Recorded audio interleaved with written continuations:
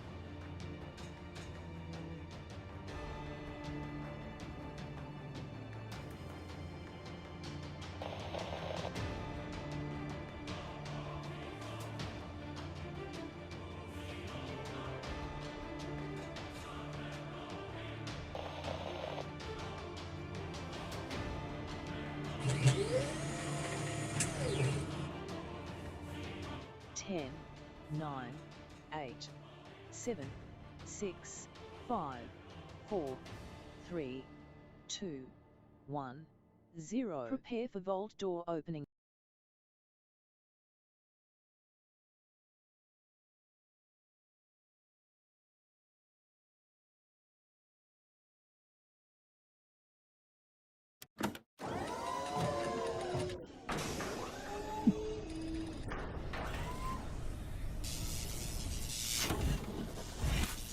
Hello and welcome to the stream, everybody. My name is Kismet. I shall be your host for this evening, and we're going to play a game I actually haven't played in a while. I looked it up how long it's been. It's been quite a while.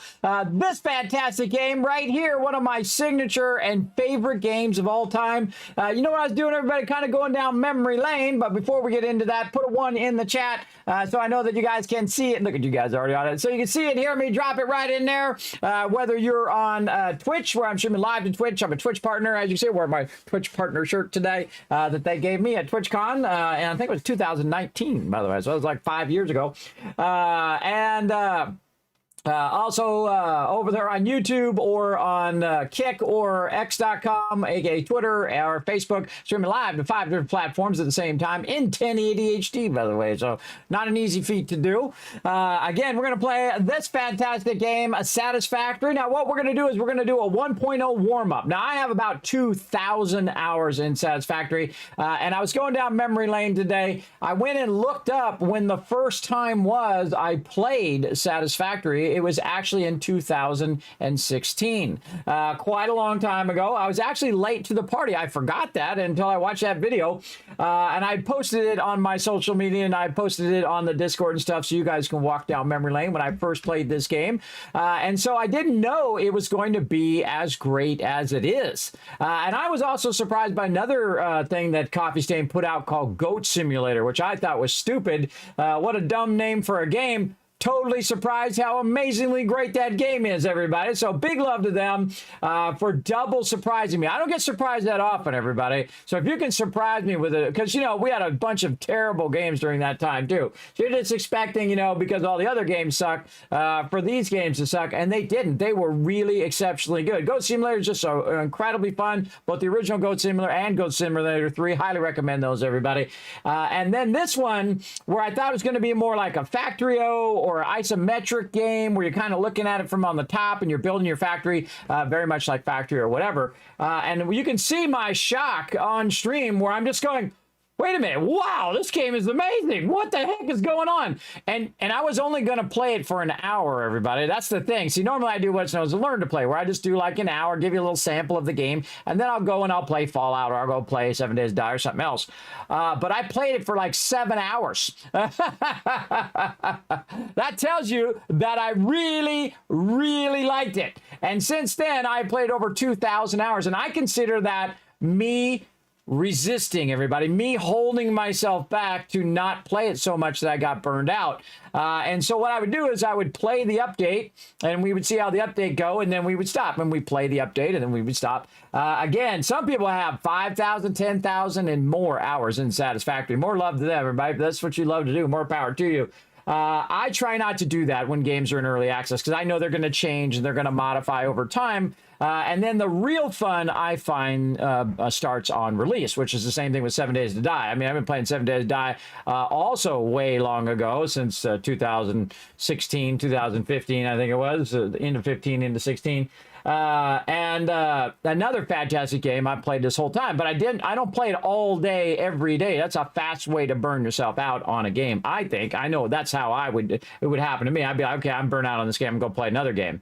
But Satisfactory is way too precious to me, everybody. And I can give them the biggest compliment ever as someone who's been gaming for 50 years. That's right, half a century, everybody. I played thousands of games of just about every genre you could possibly think about. See all these games that are scrolling by here that we played on stream? Just scrolls for 5 minutes, nonstop. For 5 minutes, and that's not even all of them, everybody. That's not even all of them. Oh, remember this? Ooh, World of Warcraft Classic we played. And over here, Ark, and a ton of other ones as well.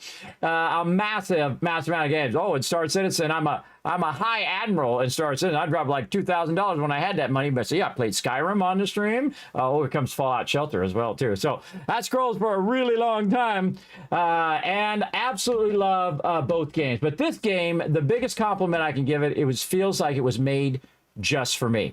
Just for me, that the game, a game that I would want to play endlessly. Oh, Subnautica, another fantastic game that I would want to play. Oh, another great game, Astroneer. And here comes Satisfactory again. That I would want to play to the umpth degree. Tap every node. Do everything, right? Build in module and then build in mega. Because I typically build in 3 styles, right? I build in basic mode, which is how you should start any game to get the gist of it. Then you go to super builds, and then you go to mega builds. But in the case of Satisfactory, I actually changed that middle one to basic builds, to modular builds, and then mega builds. So we're going to be doing a lot of that come tomorrow. Now, again, a special start. You want to win this game? I'm going to give this game away. Shh, don't tell anybody. You notice I didn't tell anybody? Just for my peeps who are always in my stream, who show the stream some love. So this is for all of you, everybody. This is for all of you. I'm going to give it away tomorrow during the day, and then I'm going to start at 8 a.m., which is very unusual for me to start that early. So we're just going to go for a few hours tonight. I'm going to give you some tips on how to get started in Satisfactory straight away. And how to get that first beginning progression going. Now, there's 2 ways to start, everybody. You can start with the tutorial, which will give you a little bit of overview of the game, which we're going to do. Or you can skip the tutorial and you can go right into the actual kind of next stage of the factory building. But I think it's vitally important to do that kind of beginning part, because it also, one, if you've already played, it'd be a little bit of a refresher, as well as it really does get your game mechanics down. It actually has one of the greatest intros ever. But again, you can see me on that. If you go watch that video of me going, whoa, this game is really good. Oh, wow, whoa, what's going on here? Oh, my God, hold on, I discovered something amazing. And I actually was like a couple months behind on playing it. I realized in that video, I forgot, because I was doing 100 things, and, you know, as it goes, or 1,000 things. I think I was raising funds to go to TwitchCon as well at that time, in 2016, for my mods. You can actually see it in the upper left-hand corner, me raising funds for my mods, which cost me an absolute fortune, by the way, everybody. Not only did I raise funds for my mods, but I didn't raise any funds for me, so I had to figure out how to pay for that afterwards. I'm still paying that TwitchCon off to this day, everybody. It's on because I had to put it on a credit card. Put it on a credit card, cost me like, I don't know, $8,000-9,000, and I'm still trying to pay it off after all this time. One of these days, everybody, one of these days, we'll get it going. The great thing is I highly recommend not getting so deep into it that you lose the fun of it, everybody. The whole point of games is to enjoy the journey. And we're not going to rush. We're not going to be the first one to go to 1.0 and get all the way to tier 9. We're not going to do that. We're going to enjoy the journey. I'm going to show you a massive amount of tips, everybody, especially about getting started, getting your factory going, being very efficient. I have actually finished the game in early access, so I do have my golden mug that you get at the end. But again, there's a whole nother tier in 1.0, and there's a whole storyline and all of that as well. Now, I will not be doing a multiplayer, but I will be doing it on a server. Now, the server has a power that is unmatched by anyone ever, and it's called the power of time, because that power can be running your factory 24/7, and that's what's really good. And if you're good at setting up your factory and you get to oil and you let that run, it'll just click off a crazy ton of stuff, everybody. It'll just keep it going and going and going, and it's a wonderful thing. And I'll show you how to use the power of time, the ultimate power, in the game as well, especially with my buddies over there at G-Portal. They are going to have some servers set up. I did ask them if they could set me one up. They said, Kismet, don't worry about it. We got your back. And I'd love to hear that, everybody. That's my favorite thing. There's nothing we can do. I hate that. That's the worst thing. I'm going to give you a link right there as well. Everybody follow that link. Get 10% off. Kismet hooking you up. Right over there. So we're going to dive in, and we are going to give you guys the basics of the game. Now, again, I probably played through the game, I don't know, 30, 40, 50 times. And I played it in all the stages since the very beginning stage. I played it when it first came out on Epic. I think it was, and by watching that video back, I realized it was a couple months after it came out because I was playing a bunch of other stuff. And then I said, okay, that's it. I'm going to get to Satisfactory. And I forgot, by the way, they sent me a code originally. They sponsored the stream. So big love to Coffee Stain for sponsoring my stream way back long ago. And so I played it, and then that was it. I was like falling in love, everybody. Falling in love with a game that felt like it was built just for you. Pretty epic, I think. Let's go ahead and say hello to Wombat in the chat, everybody. Hello, Wombat. Thanks for coming in and hanging out. We got Dio in the chat as well, bringing that epic height. Oh, man, I've been waiting for this to go release for so long. Can't wait to try out all the new stuff, but I'm not going to rush it. I'm going to take my sweet time, and we're going to go deep, everybody. We're going to illustrate stuff. We're going to go in. I can't find by the way, I'm just so into it back in the day that I have a Illustrator file where I was illustrating. So people ask me, hey, Kismet, how can I do splitters and how can I do load balancers and things of that nature? And I'd be like, hold on, let me get Illustrator out. And so I get Illustrator out, and I already pre-illustrated all of the little splitters and things and whatnot, and then I was showing how to do all of that. I can't find that spreadsheet. I don't know where that is, or that Illustrator file. I was looking for it today, but if I don't find it, I'll just remake it. That's okay. We'll remake it, and I'll give you guys an overview of how to do that and whatnot. I wanted to show it on stream today, but I can't seem to find it because that was so many years ago. That's like 3, 4, 5 years ago. I'll have to find me one of the streams in which I talk about using it, and then I can find the name of it, because I don't know the name of the file. I have literally 50,000 files in my file system of all the stuff I've done over the years. It's a lot. It's a lot. So I can't seem to find it. I think I would have called it Satisfactory Spreadsheet or something like that, or Satisfactory Layout or something. I don't know. I'll keep looking for it. Hey, Foggy. Hello. Thanks for coming in. Oh, and I saw Paul earlier being the #1 person in there as well, Paul. Again, you were there before I got my chat up. But I'm going to give out 1,000 kids shouts to everybody in the chat for you being awesome. Gia coming in and said, hey, guys, what up? What up? Thanks for coming in, hanging out. Raz in the chat. Hello. Hello. I like the one that just like waving frantically. I like that one. Rotisserie G coming in, showing some love. Oh, you've been watching Pirate Software over there, haven't you? Thor. Did you know that my dad wanted to name me Thor? My mom wouldn't let him, because I'm descendant of the Vikings. Direct descendant, everybody. I might be direct descendant of the gods themselves. I don't know. I don't know. If they suddenly show up, I'll let you guys know. They've been absent my whole life, so there you go. Absentee godparents. Kismet, your cheerleader is here. Let's go! I like that energy. I like that. I like that, Gia. Thanks for coming in and hanging out. That's Mr. Non. You coming in with that love lurker train. Appreciate it.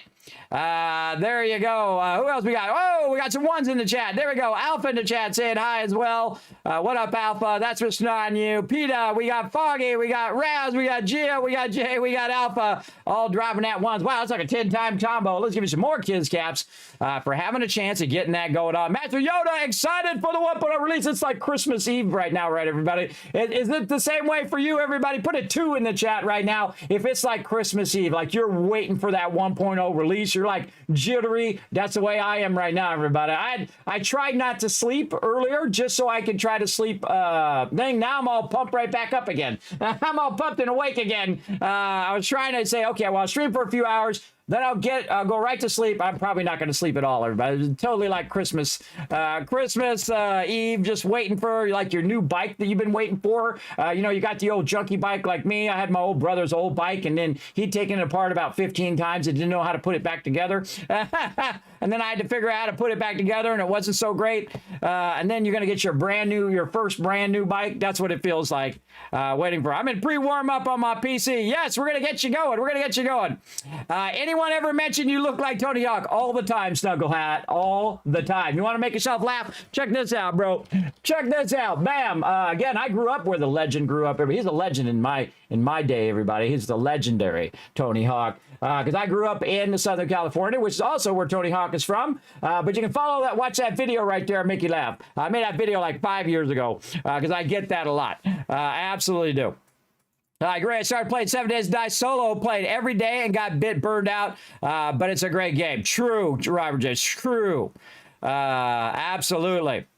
And again, fantastic game. And again, see, I took a break from solo play, and I've been playing team play for so long that I haven't played solo play in like 5 years. And I went back to it and absolutely fell right back in love with it again. I've been playing a really fun solo playthrough, but we'll get back to that solo playthrough too as well, everybody. We'll get back to it, hopefully. Otherwise, I'll get all wrapped up in Satisfactory. Who knows? Life is a roller coaster. We'll see how it goes. Master Yoda coming in and saying, hey-o! What's up, Master Yoda? Thanks for coming in and hanging out. This game that I need your knowledge. Oh, I'm going to give you all the best tips. You're going to crush this game. I'm going to show you how to crush it. Now, one of the things that I like to do, again, is do it in stages. So we're going to start with some basic stuff tonight. Tomorrow, I'm going to show you some basics and then some more advanced stuff. We're going to get into modular. We're going to get eventually into mega building. Now, I have not actually done, I've done massive structures and massive, modular things that have multiple pieces that you can connect together. And it was awesome, everybody. And of course, I finished the entire early access game, which I consider one of my fun accomplishments. I'm glad I finished it before 1.0. That's the last thing we did. That was the last playthrough. But again, I haven't looked in every cave, and I haven't gone into every area and every nook and cranny of the game. But when it drops 1.0, we're going to be doing our spreadsheets, we're going to be doing our illustrations, and we're going to look under every rock and behind every bush and every cave and everything and tap every node and do everything we can to make a modular build and then a mega build out of everything in the entire game. So settle in, everybody. It's going to be a real wild ride. What's up, Fast Rider? Thanks for coming and hanging out. Thank you, as well, for that too. Very hyped for Satisfactory. Now, we only got so much time, so let's dive in, start a brand new game. I'll show you how to get a fantastic start. Let's go.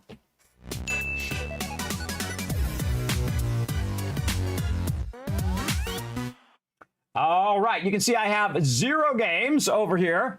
Oh, not join game, load game. Over here, you can see I have 0 games. Let me take this off the screen. There we go. I have 0 games. I deleted all past games. Also, I'll have a server manager there. I'll do the server, but I'm just going to say new game. And just for nostalgia reasons, I'm going to start in the forest because that's where I first started, and I went back and watched that playthrough. Everybody, such a noob. Okay, how do I make the thing? Okay, how do I deconstruct? Okay, now what am I doing? I'm collecting bushes. Okay, I'm collecting bushes now. Okay, I got to put the hub down now. What's the hub? Where do I find that? How do I put that down? I wish, see, in games, everybody, if you really love a game, you wish you could go back and just be that noob again, everybody. Just like totally not know anything again and have that feeling again. Maybe you were playing Skyrim. Maybe you were playing Witcher 3. Maybe you were playing Fallout 4 or Fallout New Vegas for the first time, right? That first time feel is so magical, everybody. And that's why I try to leave time in between my playthroughs, so you get a bit of that. You'll never truly get the original one, but you'll get a bit of that. And that's what I've been doing on Satisfactory here. So let's get in. We're going to call this planet Tycoon HQ, as I love to do. And again, this is going to be a private game. I'm not going to skip the intro because I think the intro is one of the greatest intros in gaming. And let's go. Here we go. I should start my recording too. Here we go. Oh, game sound.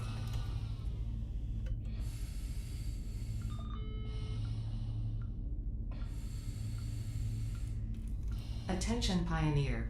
The following instructional video is a summary of your impending duties as an exoplanetary pioneer for Fixit Incorporated.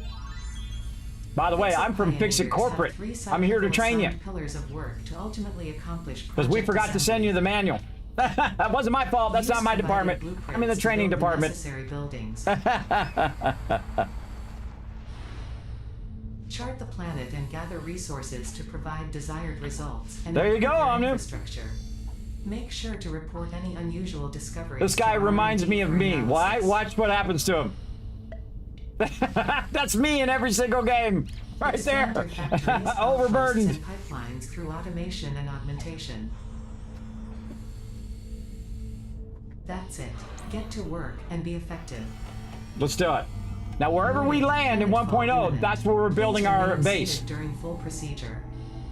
Atmospheric entry in 5, 4, 3, 2, 1. Planetfall procedure. By the way, this machine is like 100 times better than my other machine. I got everything on Ultra, everybody. It's going to be epic. Oh, it's getting hot in here. Just get a drink.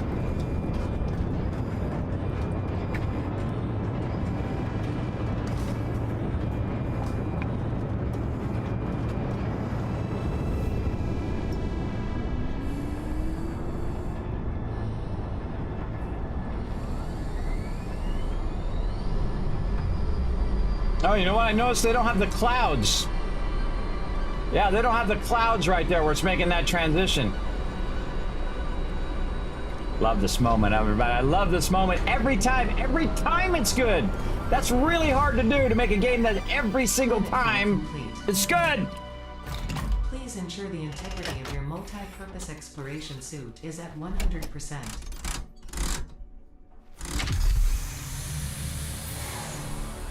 Remember, efficiency first. Godspeed. Efficiency first, fellow pioneers. Let's do it.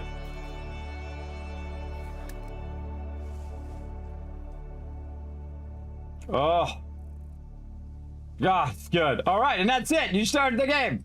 All right, Ada, what you got for me? Welcome to Planet Massage 2 ABB, your designated Massage sector in the 2 binary star ABBA. system of Akicha.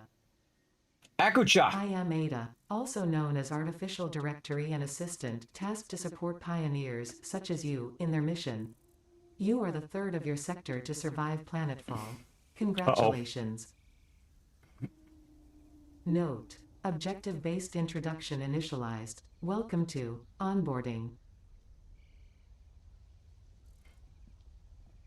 Giant stingray in the First sky. objective: please dismantle the drop pod. The resulting materials will be repurposed to construct a habitat and utility base, from now on referred to as the hub.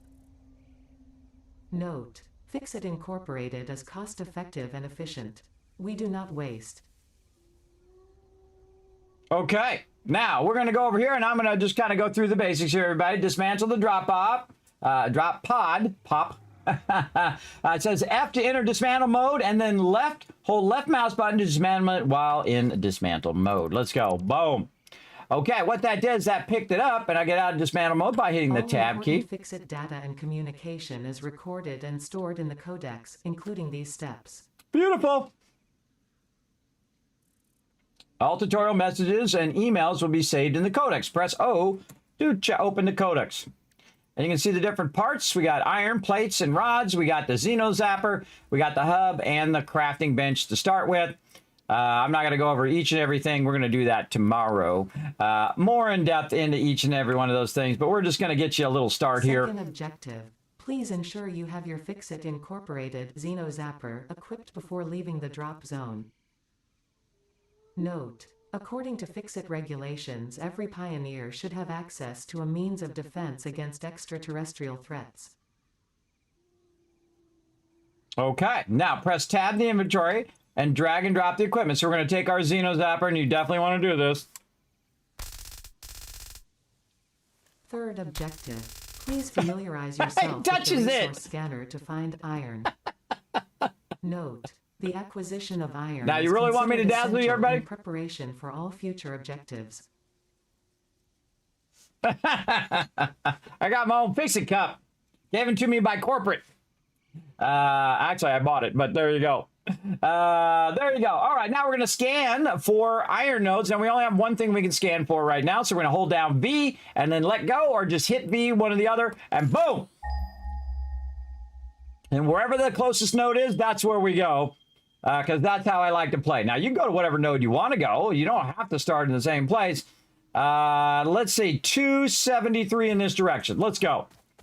Again, wherever it puts me, I'm going to get. Now, see this down here? This is some wood. You can pick this up. And you can just press E, but that's a long way, everybody. Here's what you do. You go to like a bush. You hold down E. So this is another fantastic tip to get you started. And look at this. I'm just holding it down. I'm not pressing it. You know how long it took me to figure that out? It took me forever to figure that out, that you just hold it down. And then especially all the little branches that sometimes you don't see on the ground. And that wood is going to be very useful here in a bit. Now, it doesn't work on the berry nuts here. You want to pick those up because you might want to use those. Let's ping again. This is one of multiple edibles we have detected in your vicinity, which are within approved nutritional and medical categories as established by R&D. A new research tree can now be accessed in the MAM. Okay. Thanks for letting me know, Ada. Now, Ada can be both wonderful and is super creepy all at the same time. Okay, well, we got some nodes over here, apparently. And again, holding down E, I'm just holding it down while I'm running. Now, again, this is a great way to get a good start, everybody. Grab all this loot. Forget all that other stuff. Here, you get especially all these things on the ground here.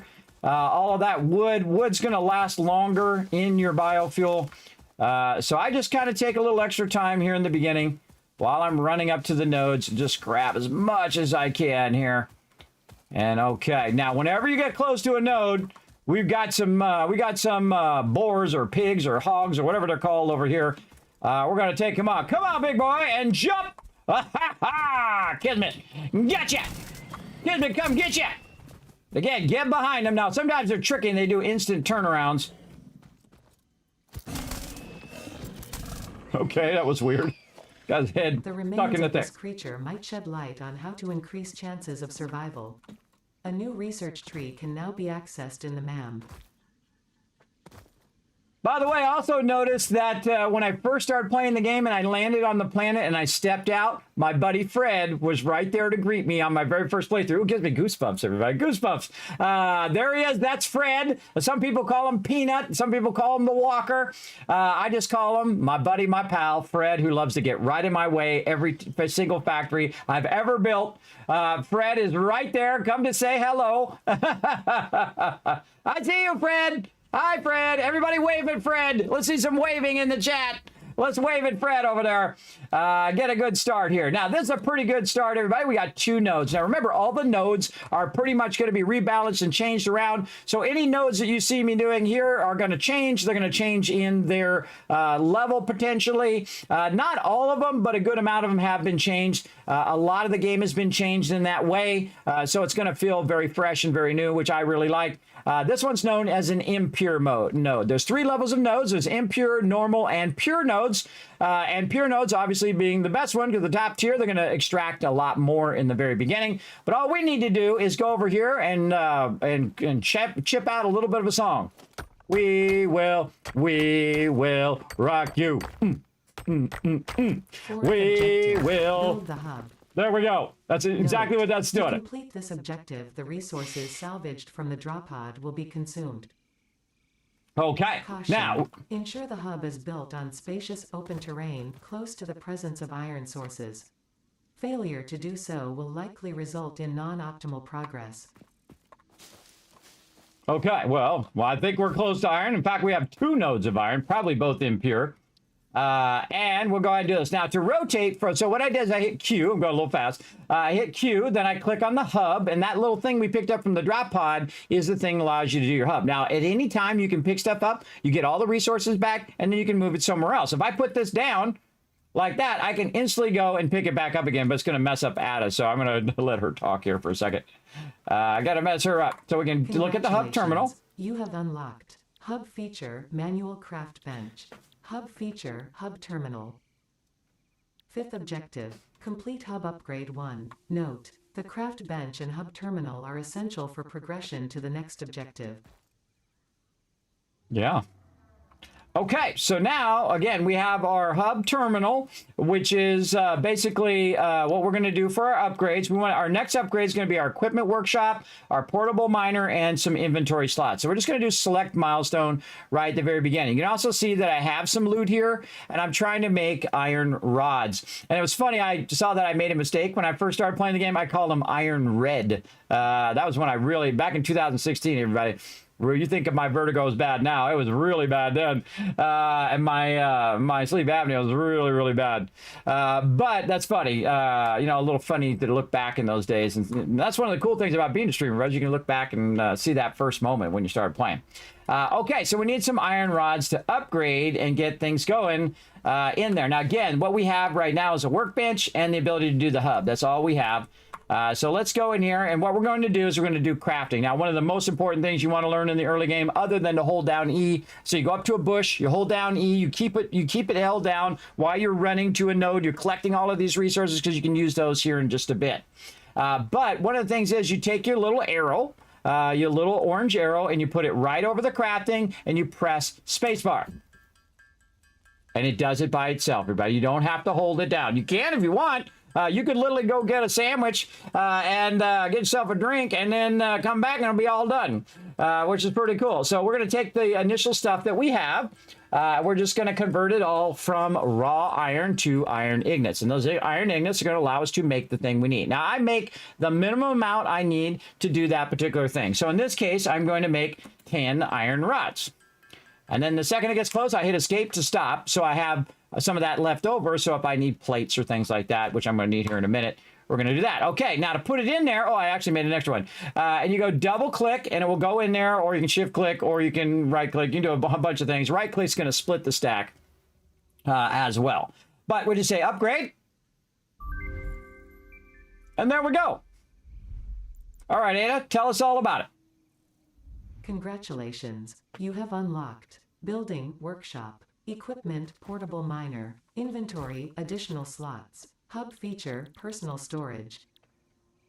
6th objective, complete Hub Upgrade 2. Note, portable miners require no power and will mine a node until their inventory is full. That's what makes them super powerful. Multiple portable miners can be used on a single node. You always press the mouse? Yeah, now you know. I'm going to give you all my best tips. You're going to crush this game like I've crushed it 100 times and 100 times again. Well, 50 times and 50 times again. Now, we got our personal storage. So take all this stuff, get it out of your inventory, and just keep the stuff that's most important. Shift left click, by the way, is going to get that out of there. Did you know if you control click, it actually does all of the same type, which this game is one of the greatest building games ever made. And I've been playing for 50 years, everybody. I've played every genre, just about every building game you could possibly think of. I've played them all, and this is one of the greatest of all time. And I'm going to show you why while we're playing. And one of those things is you can control click, and it does all of the same type. So when we get a bunch of the same type, a bunch of different stacks, I'll show you that as well. But first thing you want to do, just get the rest of that stuff out of your inventory. Don't need it right this second. Now, our next objective is to get our 20 rods and 10 plates. But I would say that your next objective is actually not to do that. Your next objective is to build the next thing that you just unlocked, which in this case is the equipment hub. Now, you might notice this little plus up here in the corner. Watch on the right hand of the screen over there. Boom. See that little thing that popped up? Now, if you can't see it on mobile, what that's saying is, says the recipe equipment workshop, it says that I need 6 plates and I need 4 iron rods. Now, the equipment workshop is going to help you a tremendous amount in the beginning. You can already start to automate your factory from the very beginning of the game, simply by doing a little bit of that. There we go. So we made 4 iron rods. And then what we need 6 plates, and I'm going to go ahead and make those. Again, when I get close, I hit escape to stop. See, I don't want to waste any of it. I want to do that. So now we're going to get our equipment workshop, and I'm going to put it right over here by the node because I'm not really doing anything with the node right now. I can always pick it up, move it somewhere else later on, but I'm going to set it out there. Also, what I'm going to do is I want to make a crafting bench over here as well. What's that going to take? 3 plates and 3 rods. So let's go ahead and do our 3 rods. Uh-oh, we're out of resources. What do we do now? Do we run to the next node over here and get the top of that one off? Sure, you could. And it does give you a huge boost. By the way, oh, wait, hold on. I forgot to tell you something earlier. If you hold down E, it'll get that. But you know what you do even better? You just press it and let go. Blowing your mind already, ain't I? Because you were holding it down. I know you were. I did the same thing. You don't need to hold it down. Just hit E. That's it. And let go. Let it do its thing. Now, you can also hold down E over here. Or, you know what you can do is you can press E like that. And then go hands-free, baby. And just walk away. You can walk away right now. Go get me a sandwich. Go get me a drink. You're welcome, everybody. You're welcome. Helping you guys out big time. Remember, you don't have to hold down the key. It's going to help you tremendously. So, all right, there we go. We got a little bit more.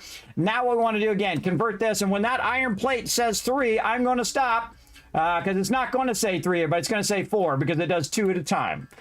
So keep that in mind. So bam, there we go. Now we got the ability to make a crafting bench right here. Boom. Now, why do I want a crafting bench there when I already have a crafting bench here? Because it's more convenient, and you'll see me move it around as I'm working. So I'll pick it up, and then I'll get those resources back, and I'll move it around while I'm working on different nodes around the area.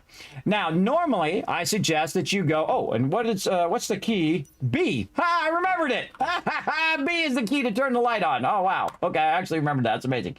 But what we want to do is do some portable miners. Now, you saw me do the to-do list, right? Which shows you the recipe of the thing you're trying to make. Well, there's a trick. There's a trick in the equipment workshop. If you right-click, you can go add to-do list, right? Now, if you want multiple of them, boom, boom. Now, normally I suggest 3, but we going all in, everybody. We're going all in for 1.0. So we're going to make 6 of them, and I'm going to show you why right here. We're going to make 6 of those babies and get them started. Now, here's what we do. We get 1 going first, and then we can go ahead and do the rest. So I can make 6 of them, but here's the other thing. I can edit the to-do list over here. I can clear the to-do list over there on this side. Also, you can leave notes like this, to do, and then you also have the ability to make like a check mark. Let's see, build sticks miners for first iron node. And then what are we going to do next? Then we'll go and say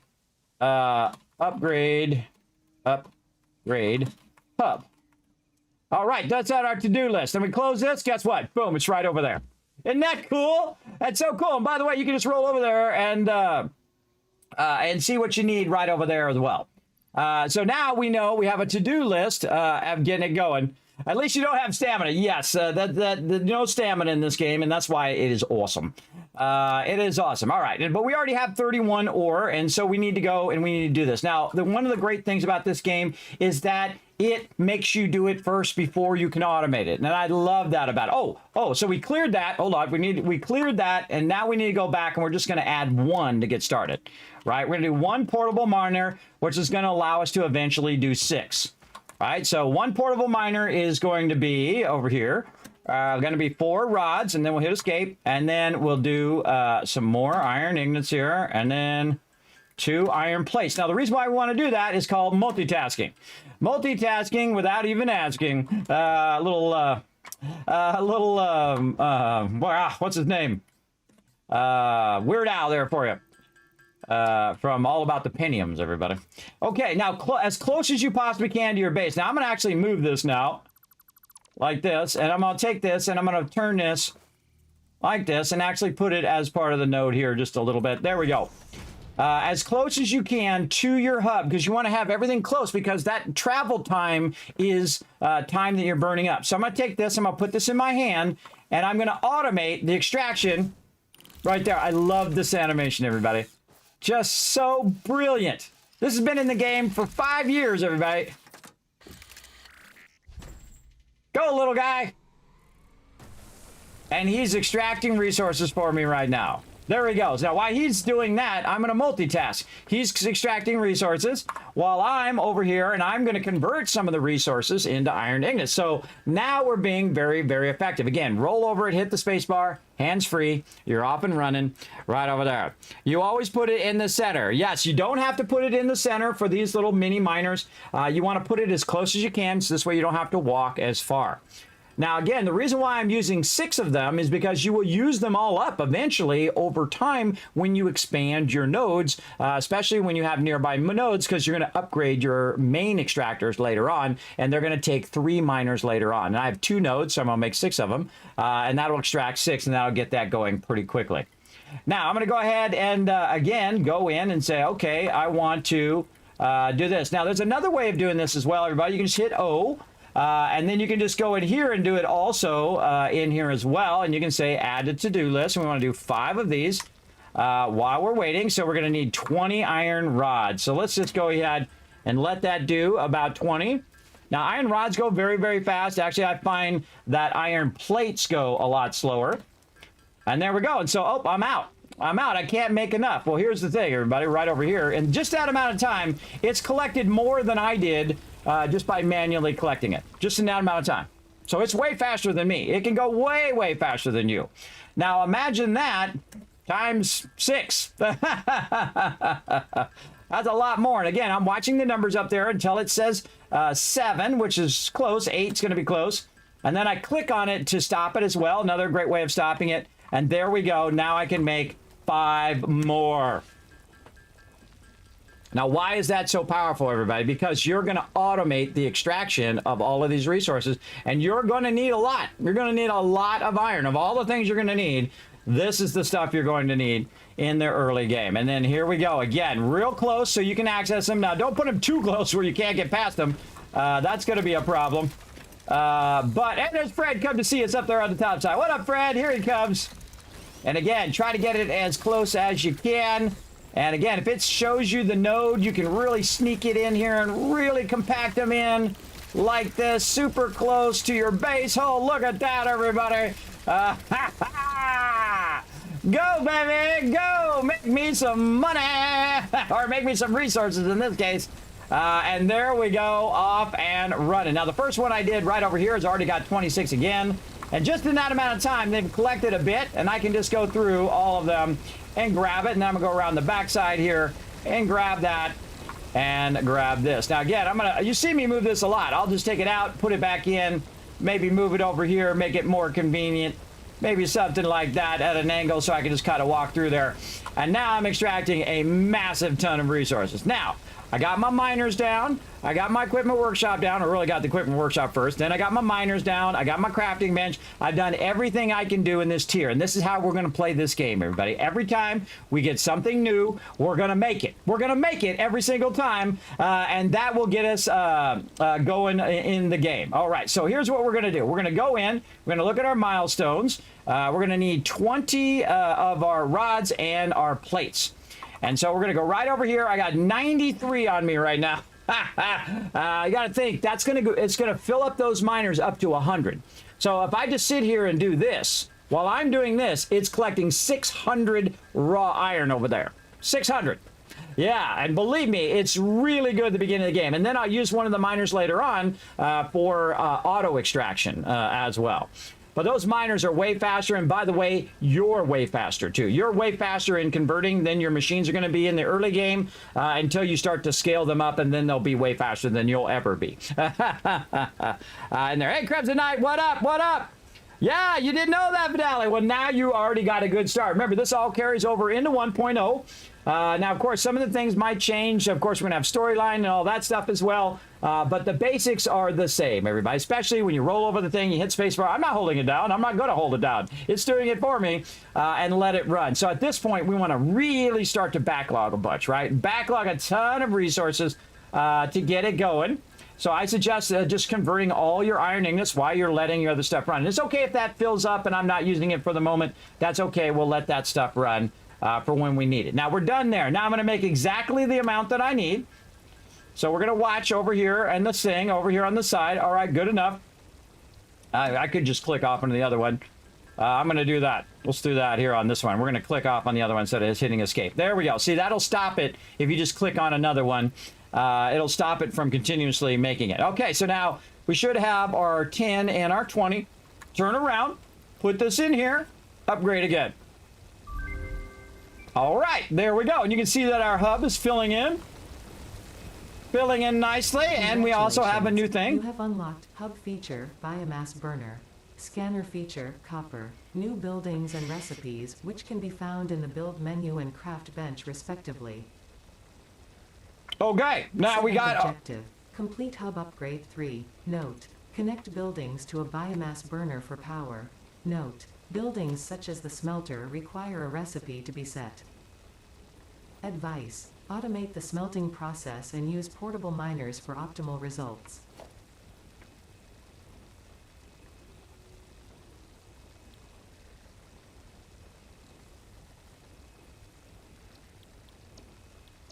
Okay, while she was talking, I did a little X in there that we got that done. Just for fun.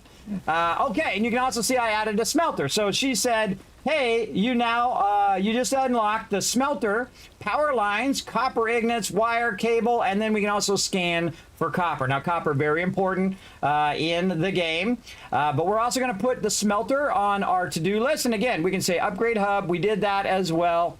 All right, now I can just take that out, though, instead of just hitting the X. I'm not a person that does the X on things that I got it done. I just delete it out when I'm done. That's just the way I am. And I like to use dash. So what we want to do is get our copper extraction with 6 miners. Then we want to go and what we want to do, make wire. Make wire. And rods. Then we'll also want to go and run power lines for smelter and smelter. And then also the next thing we're going to do is queue resources in smelters. All right, so now we're going to queue all that in. So again, now we remind ourselves what we're going to do. So the first thing we want to do, copper extraction, which I spelled incorrectly, but oh well, we're just going to roll with it.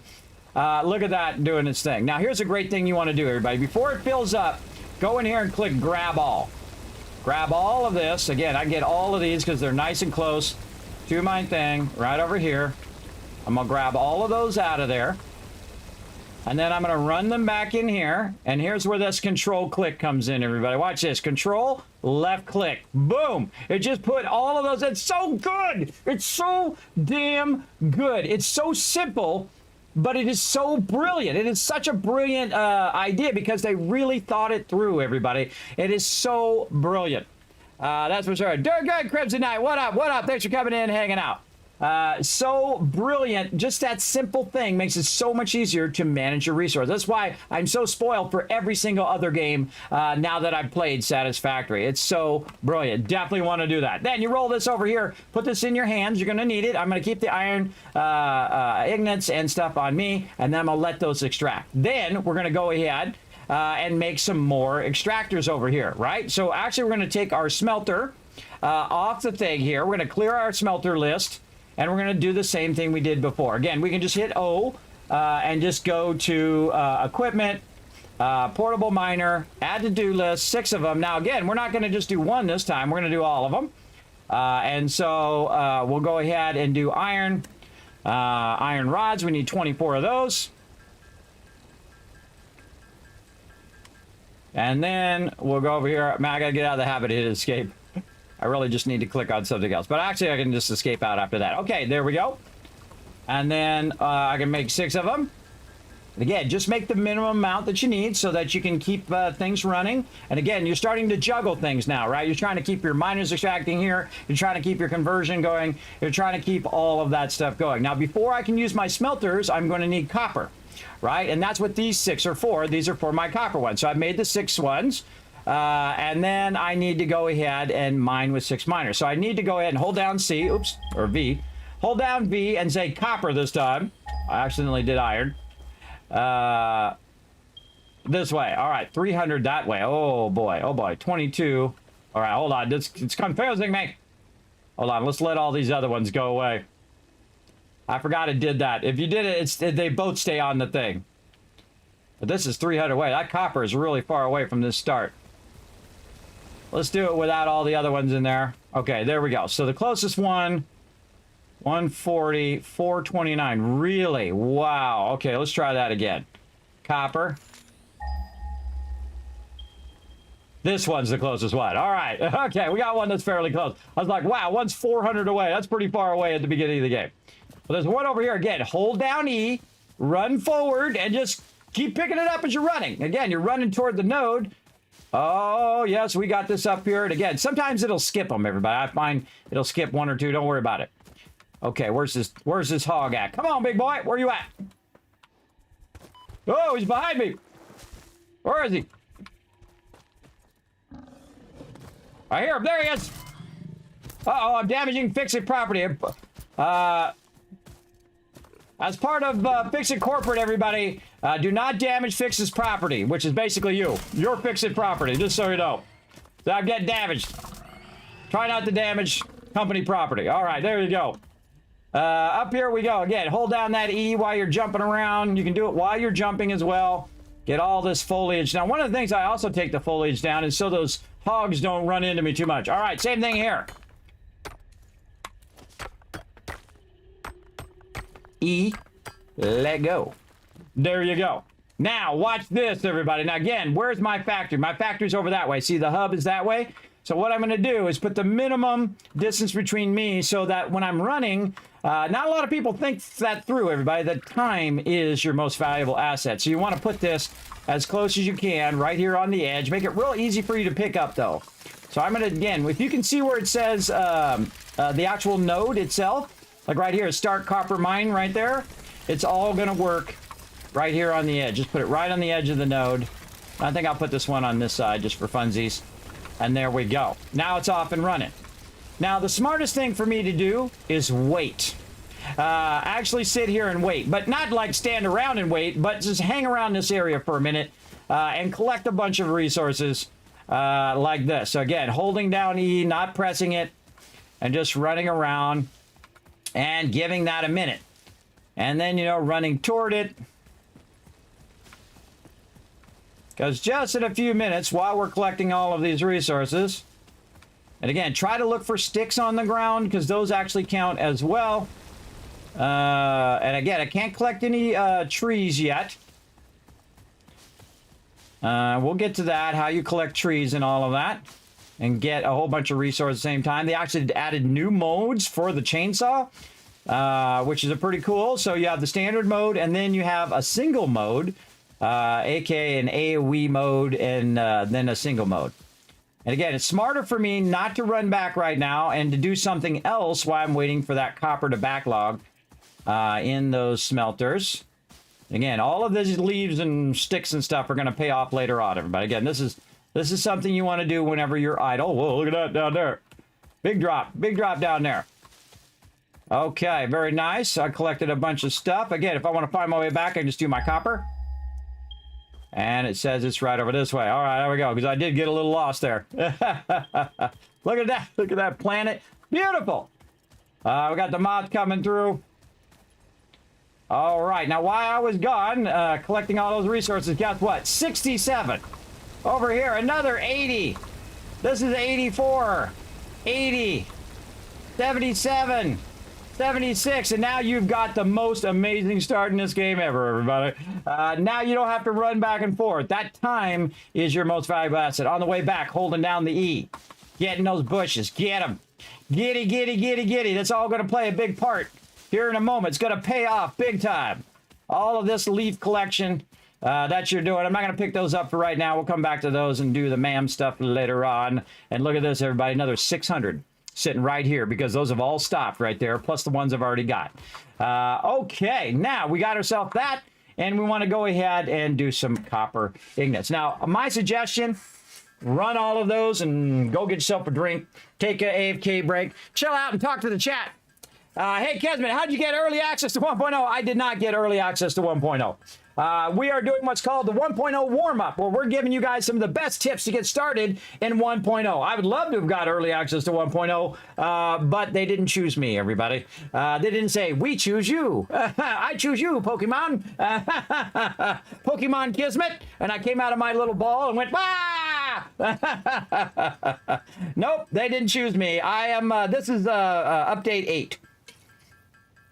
Update 8, and we are, you like I say, like that in the chat. This is update 8, and we're just talking about some of the basics of Satisfactory. So you guys get a fantastic start tomorrow when it comes out in 1.0. And so again, just let it run, everybody. Let it run right here. Just let it go and go and go. And I'd say let it run for about 100, right? Because sometimes, you know, you get antsy and you want to do the next thing. And you do want to multitask. But the smartest thing to do, let it run up to about 100. Then you're going to have a lot of wire. I can make 100, 200 wire right now, 198 right now. I can make a lot of wire. Okay, that's good enough. Now we're going to go ahead and make our wire. Watch how fast it makes that wire.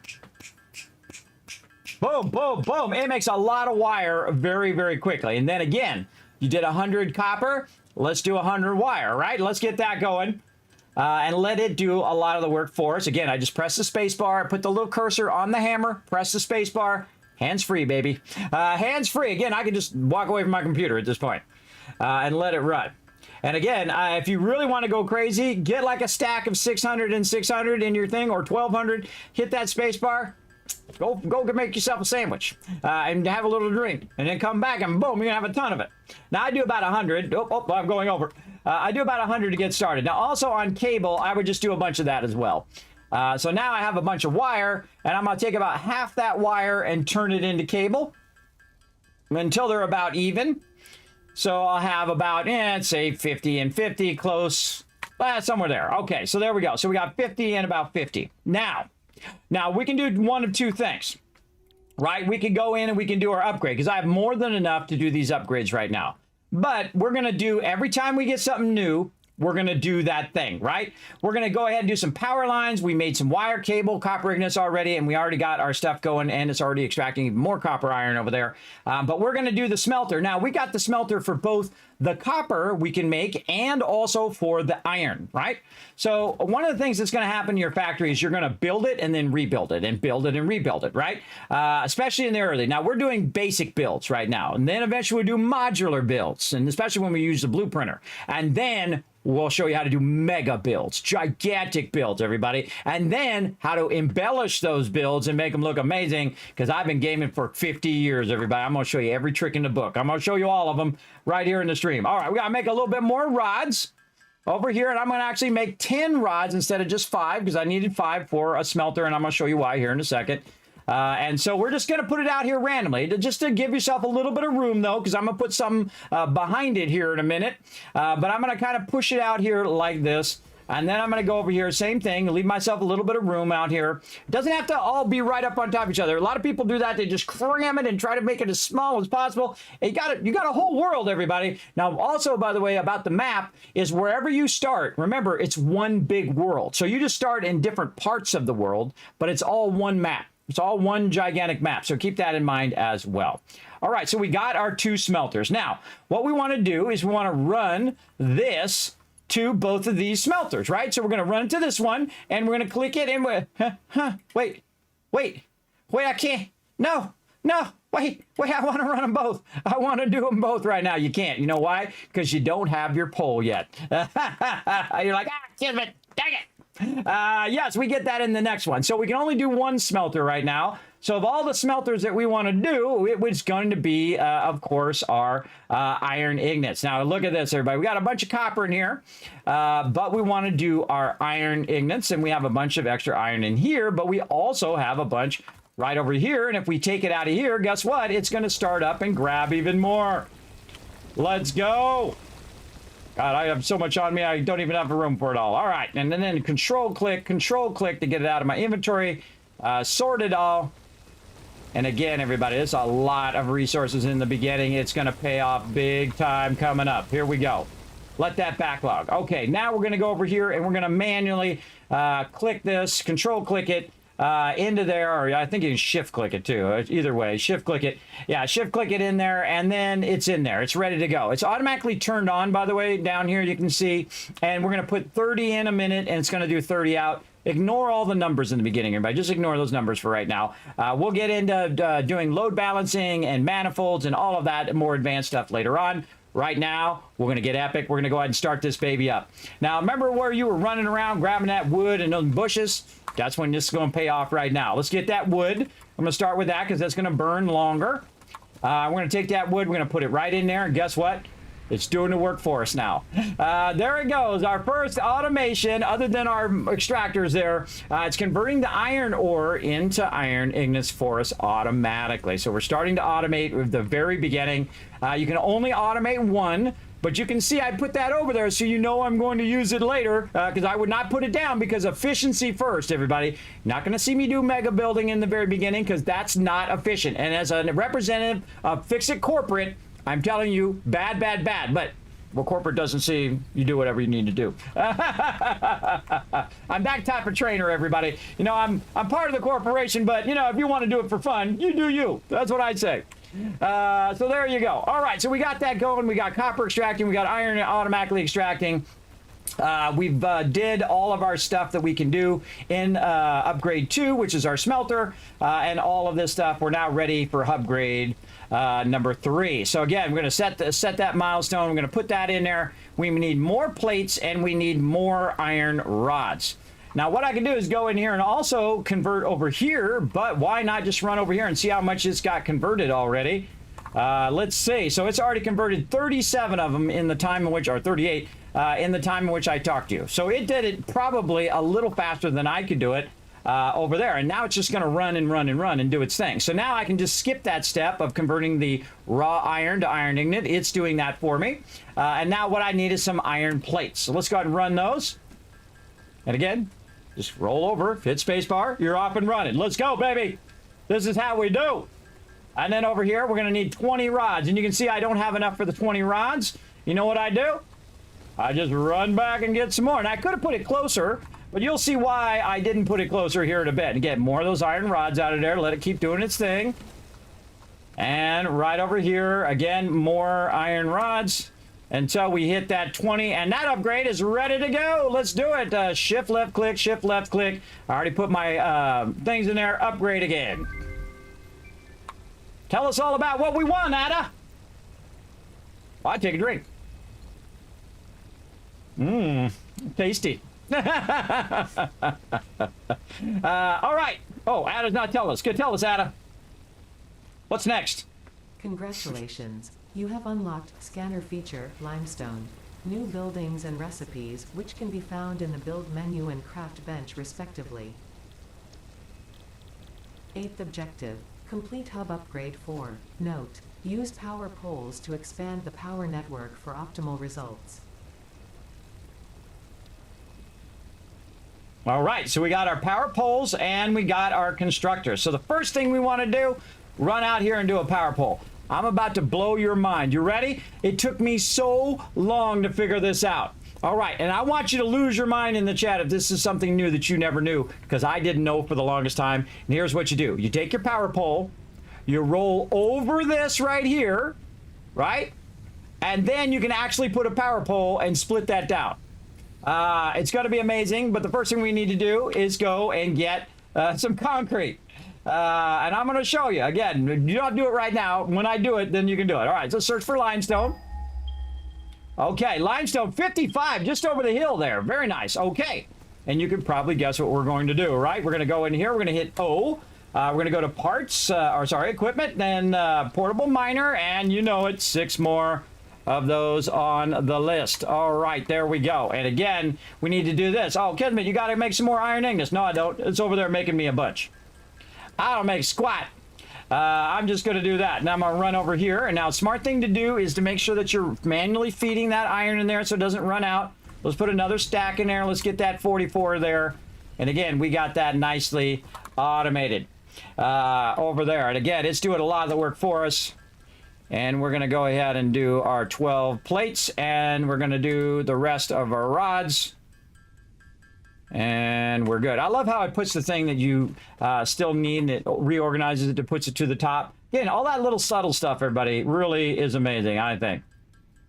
Okay, and again, make ourselves some portable miners. We're going to make ourselves 6 of them. Now, we're going to use these over the long run, and we're going to use them for our extractors later on anyway, so you might as well just use them here in the early game. I used to use 3, but I think definitely in this playthrough, I'm going to use 6 to get started. Okay, it's right down here. Now, of course, watch out, because there might be somebody crazy down there. Get your weapon out. Say, let's go. Come on. Hoya. Fred, you seen any scary stuff? You seen any peeps try to kill me? Where they at, Fred? Where they at? Oh, nobody? Nobody? Fred! All right, fine. Whatever.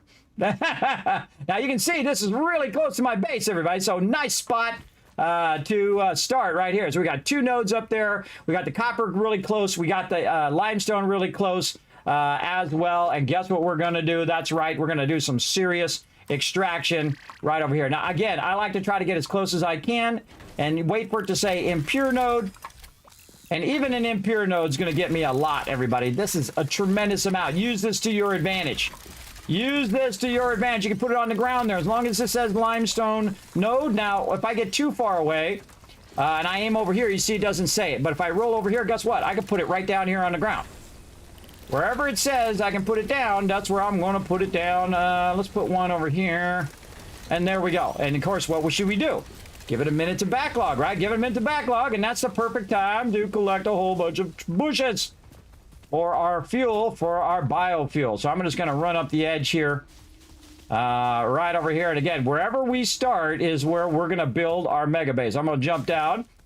Now, you can jump down a good ways. If you jump down too far, then what it's going to do is it's going to, you're going to take some damage. Oh, Marsilia over here. Oh, there's a cave with some Marsilia there. Oh, that's one we definitely want. Oh, look at this. See over here? This is sulfur. And hit E, hands free. Hit E, hands free. Remember that. Sulfide and sulfate minerals. It could be an indication of recent volcanic activity. A new research tree exploring volatile self-defense applications can now be accessed in the MAM. I'm just holding down E. I'm not pressing it. Remember, hold down the E. Just go over 1 bush, hold down E. Clear all this out. It's going to help you, too, in case these hogs come after you as well. So, and again, I'm just giving it a minute to do its thing. Fred, what up? I don't know what his official name is, but I call him Fred. Look at these vines here, everybody. You know that sometimes you can climb these vines? Did you know? Whoa, uh-oh, unauthorized personnel. Uh-oh. Where at?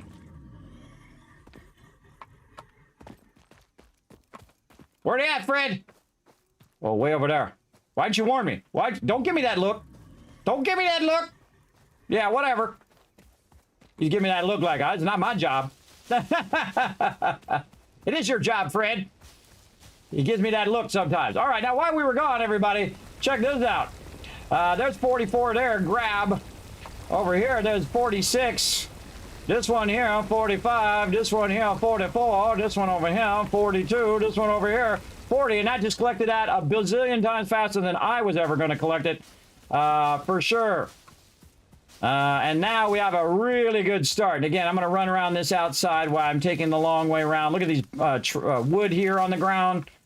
Again, take a moment to do all this. This is going to pay off in a big way, in a huge way. In just a minute. And again, I'm just going to grab whatever I can. If I see there's no bushes, I can tell I've been there. Because that means I collected them all. I collected them all. And again, over here, Look at all of this. Look at all of this. Let's get it all. Get it all. Put it in my pockets. Put it in my pockets. Over here. Now, you don't want to use it all up, everybody, because later on you get much more efficient fuel. So we'll just grab a whole bunch. Now, it's going to fill up your inventory, so watch out for that as well.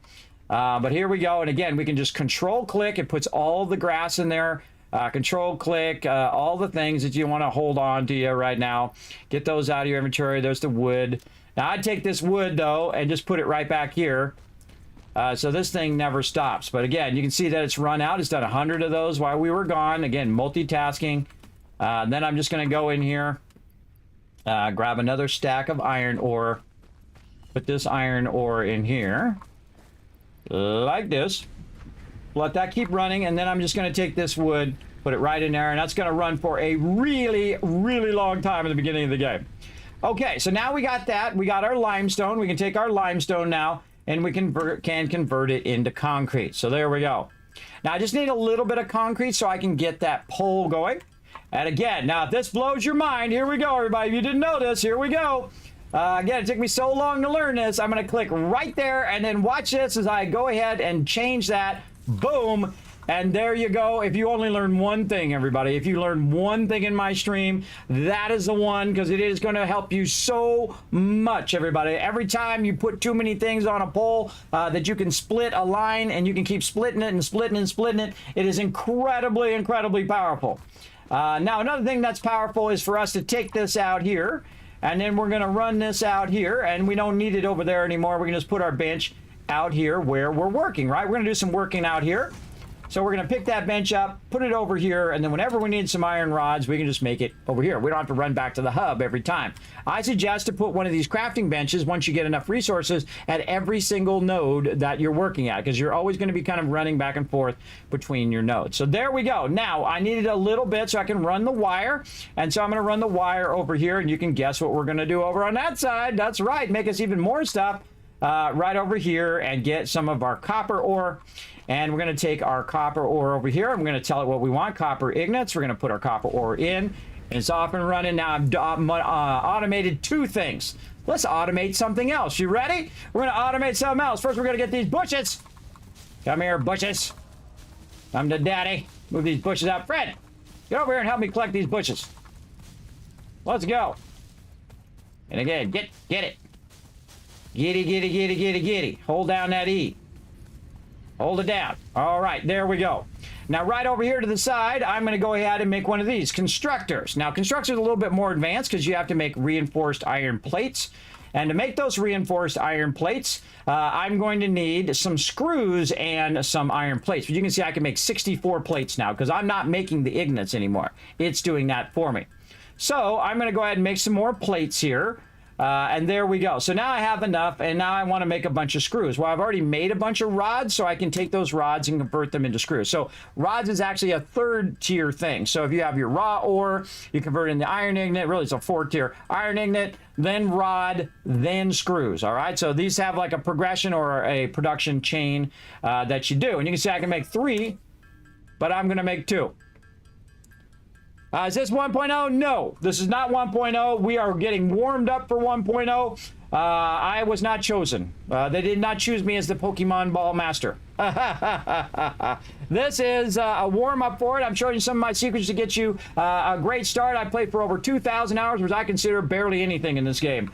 And I played through 30, 40, 50 times. Many, many times. I'm showing you some secrets, like how to split poles and split lines, everybody. That's awesome. If you're not losing your mind on that one right now, I wish I had known. You learned at least 5 things right now. We're just getting started. We're just getting going, everybody. Just wait till we do this tomorrow. But I'm going to show you some of my tricks. So there we go. We got both those running. See how that's not green? See how it's flashing yellow? That's telling me, hey, Kismet, you got to put some more stuff in there. All right, I'm on it. Now, again, a lot of things in the beginning of the game you're going to be doing manually. But we're going to, over time, we're going to automate these things, right? That's what we're doing. But manually, we're just going to put that back in there. And then this one over here is doing a fantastic job of making me some more copper ignites. And then again, over here, we're going to go ahead and take our constructor and we're going to throw it down. And you're like going to go, oh, Kismet, you're going to make your iron rods right now, right? Or you're going to make your wire, or you're going to make your plates. Absolutely not. I'm not going to make any of those things. You know what I'm going to make instead? I'm going to make my basic resource. You know what my basic resource is? Concrete. That's right. I'm going to make concrete. Now I'm making my 3 basic resources automatically at the very beginning of the game. Now watch out, everybody, because you're going to hear the noise. The noise that goes, and that's your factory going off, and you're going to hear it a lot. And I'm going to show you how to avoid that noise simply by watching your balance of how much power is being produced and then how much is being used. Now, right now, my overall capacity of power is 20, and I am using 12. So I'm fine. I'm good. I can just let it run. GG's. It's at least doing some of the work for me, and it's processing all of that. As long as I'm diligent about putting the stuff in there, it'll just keep running. Now, what other things did we get? We got the constructor. We got the power pole. We don't have any special stuff. We don't have anything else. So we don't have anything else. So we've done all of the things in that particular tier. And I'm just showing you all the things as we progress. And now we're ready for the next one, the hub upgrade. What are we going to get there? We're going to get conveyor belts in the next one, which is really nice. Select that milestone. We're going to put in what we've already got, and we already did enough concrete and did enough cable. Now we need 75 iron plates. Can we do 75? We can do 48 right now. And let's let it do it. Now, I could make a constructor and have it automatically doing it, but I can tell you I can make it way faster than that constructor can. In fact, you don't even need to do any of this in the beginning of the game. You could do what I just told you, where you go pick up 600 iron in the beginning and you just convert it all, and then you convert it into rods and into plates, and then you get 600 copper and you convert that into wire and into cable. Then you also get your concrete and convert all of that, or your limestone, and convert that all into concrete. And you got enough to upgrade all the way, boom, boom, boom, boom, boom, all 4 or 5 upgrades in the very beginning without ever building anything.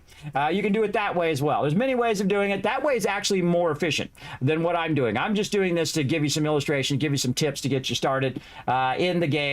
But there we go. So we're at 55. Now, here's the thing. While we were busy doing that, over here, yet again, it's out to say, Kismet, I'm all out, bro. You got to take that out of there. Otherwise, I'm not going to convert, right? So I forgot to take that out before, but now I've taken it out, and now it will continue to go. Same thing over here. I don't want to let this fill up. If it fills up or it runs out, then it's not being very, very efficient. Same thing over here. How we do it? Oh, more limestone. Wow, did all that limestone already. And then over here, we're going to get... let's get 2 things of copper out and 2 things of iron, so that next time when we got to fill, we'll have an extra one in there. So we're going to put that in there and put, oh, actually I got too much of one thing. All right, there we go. So we fill that back up, let that run. Now we're going to go over here and take we already did take those out. We're going to take this out. And again, now we got that automated. It's doing the job for us. And then our job, go over here and make the rest of these plates. And again, you can see how easy this is once you get the basic concept of it as well. 2,000 hours in this game. Yes, I have about 1,000 hours on the Epic Game Store. And because I love the game so much, I bought it again. I bought it a second time on the Steam. And actually, I think I got a code. They originally gave me the code to show it on stream because I really loved Goat Simulator originally. I told them how much I love that. You have unlocked building, conveyor belts, and poles. Inventory, additional slots. 9th objective, complete hub upgrade 5. Note, portable miners cannot be connected to conveyor belts. Advice, when planning the construction of buildings, note the placement of conveyor belts. Okay, now we got Mark 1 miner, which is the auto extractor, is going to extract it for us. Then the storage and inventory slots, which are all great. Or that's what we're going to get in the next upgrade. Sorry, that's what we're going to get in the next upgrade. We're going to select that.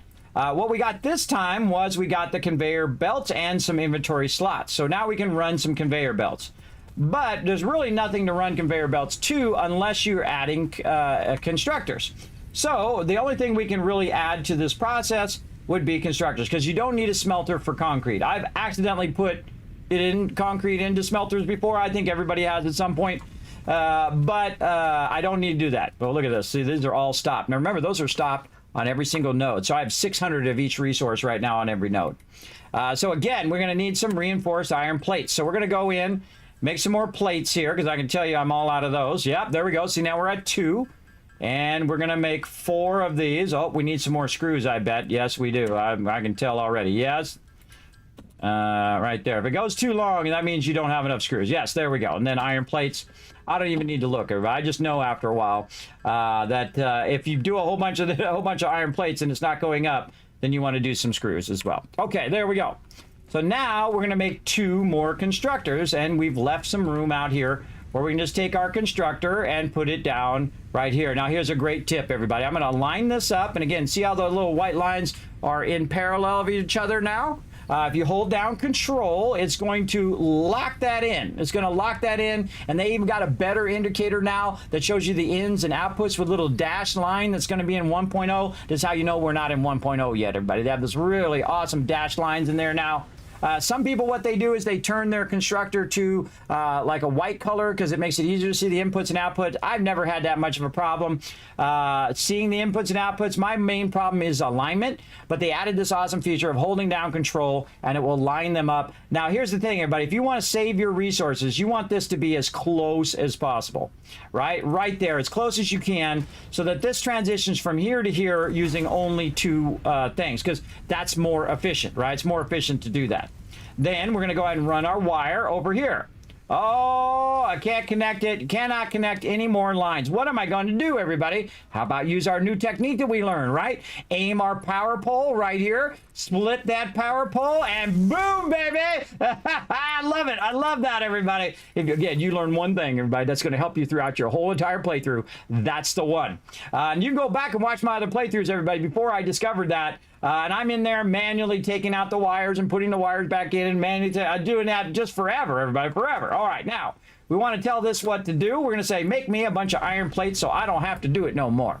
And off and away it goes. It's now going to do both the conversion of the raw ore and also do the iron plates for me. And then over here, you can probably guess what we're going to do next. Again, have it doing all the basics for you. Get this rotated back around, hold down control, get it as close as you can so your belts don't have to go very far, and now you're saving yourself. And I'm just about enough to get that going. Again, here, wire now. All right, so now we're getting that wire going. We're going to take this, we're going to run this right over here. And now we're going to look at our power over here. How's our power doing? Okay, so now we are doing maximum 20 is if we have everything running. It's going to take 20. If our maximum power is going to be 20. So we perfectly balanced our stuff in the very beginning here, our power, so that we're running the maximum amount of machines with the amount of power that we can produce. And this is going to run for a while, 152 here. But some of our stuff is not running. So we got to get our stuff in here and get that running over there. And then I need to go back for some more copper. I can tell you it's copper, concrete, all of these things that need to be refed in there. Because they've all stopped over here. Otherwise, I'd be getting my max construction or max cons, and it automatically puts it up here at the top. It tells you anything that's related to this particular thing. So it's really useful. Oh, I need some more limestone. All right, now while that's all working, we should see it. Now you can also go to the power pole, and you can hit E there. See how you're doing. Look at that. That is perfectly efficient right there, everybody. Using maximum power for maximum return. You're using your maximum time. Your time is your most valuable asset. Not doing anything fancy. We're just getting everything to do its thing while we're busy doing our thing. Now, right down here, check it out, everybody. These have all stopped now. These are all stopped. That's 100, 200, 300, 400, 500, 600 right there in my pocket, ready to go. I'm going to jump right up here, hold down E on the way up, get all these bushes up here, come to Papa, come to Big Daddy. Gimme, gimme, gimme, gimme, give it all. Keep grabbing it, come on, let's go. Sometimes it gets a little sticky there, and you got to kind of circle back around or hit E again. There we go, get that out of my base there, get that out. Okay, there we go. More concrete over here. Let's put it in there. Let's keep it going. Let's take this out. Let's go over here to the front of this. Let's take this wire out.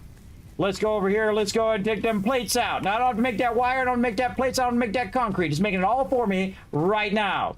It's doing it right now. So, again, don't forget to hit. When's it coming? Tomorrow, 11 p.m. Eastern Standard Time. So, in about 12 hours from now, or about 11 hours and 30 minutes, we're going to be playing 1.0. So, there you go. There you go, Guts. Now, again, if you're over on YouTube, make sure you hit that subscribe button, hit the like button if you like all the tips you're learning here today. If you're over on any other platform, hit the follow button. It does help out a lot. Again, if you learn one thing in my channel, please learn that thing where you can put the thing in there. Okay, now check this out, everybody. Boom, put that in there. We've got to make some wire. We can make a ton of wire. Watch this. Watch this. Watch how fast we can make this cable, everybody. We can make crazy ton of cable. Just like that, easy peasy, right over there. And also, you know what? We can make a crazy ton of wire really fast, too. Again, sometimes we can make it faster than it can make it, and that's okay. Now, again, we need 50 wire for our next upgrade. Oh, wait, did we do all of our things in this upgrade? Hold on, let's go back. Did we do our conveyor belts? Yes. Did we use our inventory slots? Absolutely did. Okay, that one's done. Now we're on to this one. We get our Mark 1 miner and our storage and more inventory slots. So let's do it. Again, while it's doing all that stuff over there, we're going to make ourselves a bunch of wire. Because we need 50 wire. There it is. It's good. 50 wire in. What do we need? 75 rods. That's a lot of rods, but guess what? We make 68 of them right now. Again, this is what's so fun about this game, everybody, is getting to this part where you're automating. You're automating what you're doing, and you're getting it going. There you go.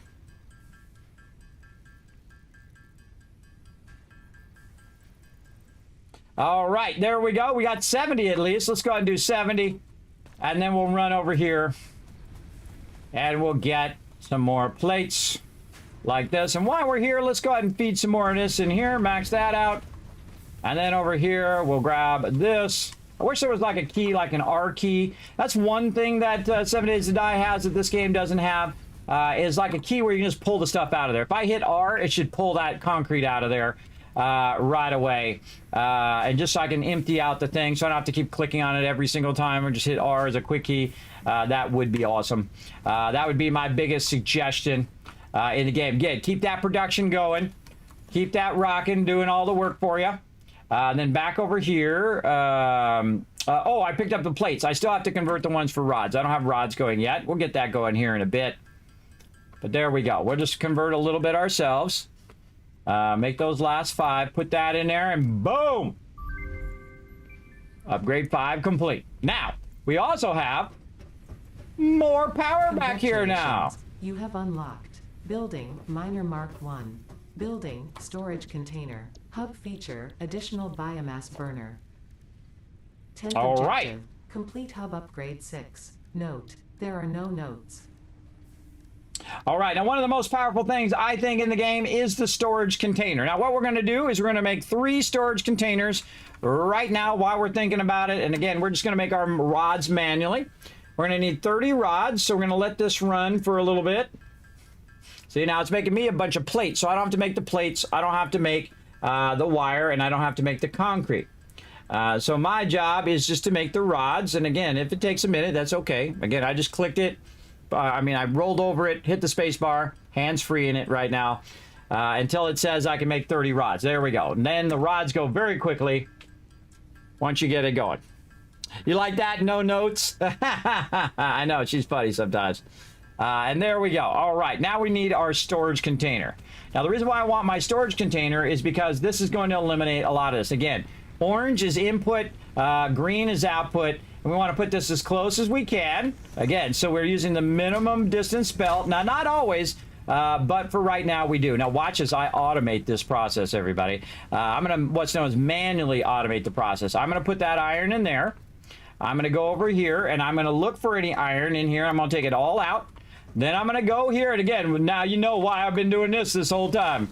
And now I can go ahead and do this and get all of this going right over here and put all of this in here, and now I have a backlog of iron.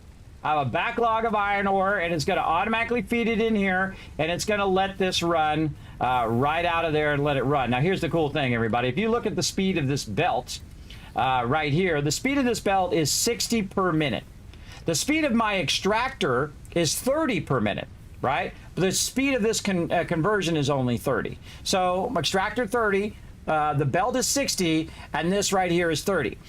So because I've already backlogged some of it, when I get to something called the splitter and mergers later on, I can just instantly do another one of these and just go straight to it without worrying about it. I'll have to rearrange everything by then, but we'll get it going. And that's what's really cool. Now, the same thing over here on this. Now, these are kind of be in the way of each other, but that's okay. Here's what I like to do. I like to go over here, go to my organization, and I'll just turn this around like this and just have it where it kind of sits right here. I can hit control as well and it'll snap, but really don't need to. I'm just going to put it like this.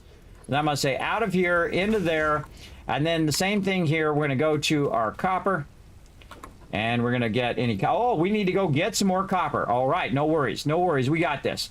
Another thing that we can do, by the way, while we're waiting, is we can manually put our copper ingots in here for this to work and let that run. Let's also get these out of here so that it doesn't fill up. And the same thing over here with our concrete. Concrete, I think, among the toughest of all of them to keep them running in the very beginning. Speaking of, let's go ahead again, get this turned around. Now, we're just making a basic build, everybody. It's going to be a little messy in the beginning. Don't worry about it. Don't worry about it. Just take it, run it in there. And again, you can see I put that one up a little bit higher so that I don't like them to touch, everybody. No clipping. No, no, no. Kismet don't like it. Kismet don't like it. Kismet not going to do it. There we go. Now, that's going to go ahead and feed that in there at 60 per minute because I've already backlogged a bunch of that concrete, and it's right now asking for 45 per minute. So I'm actually more efficient than an extractor right now as well.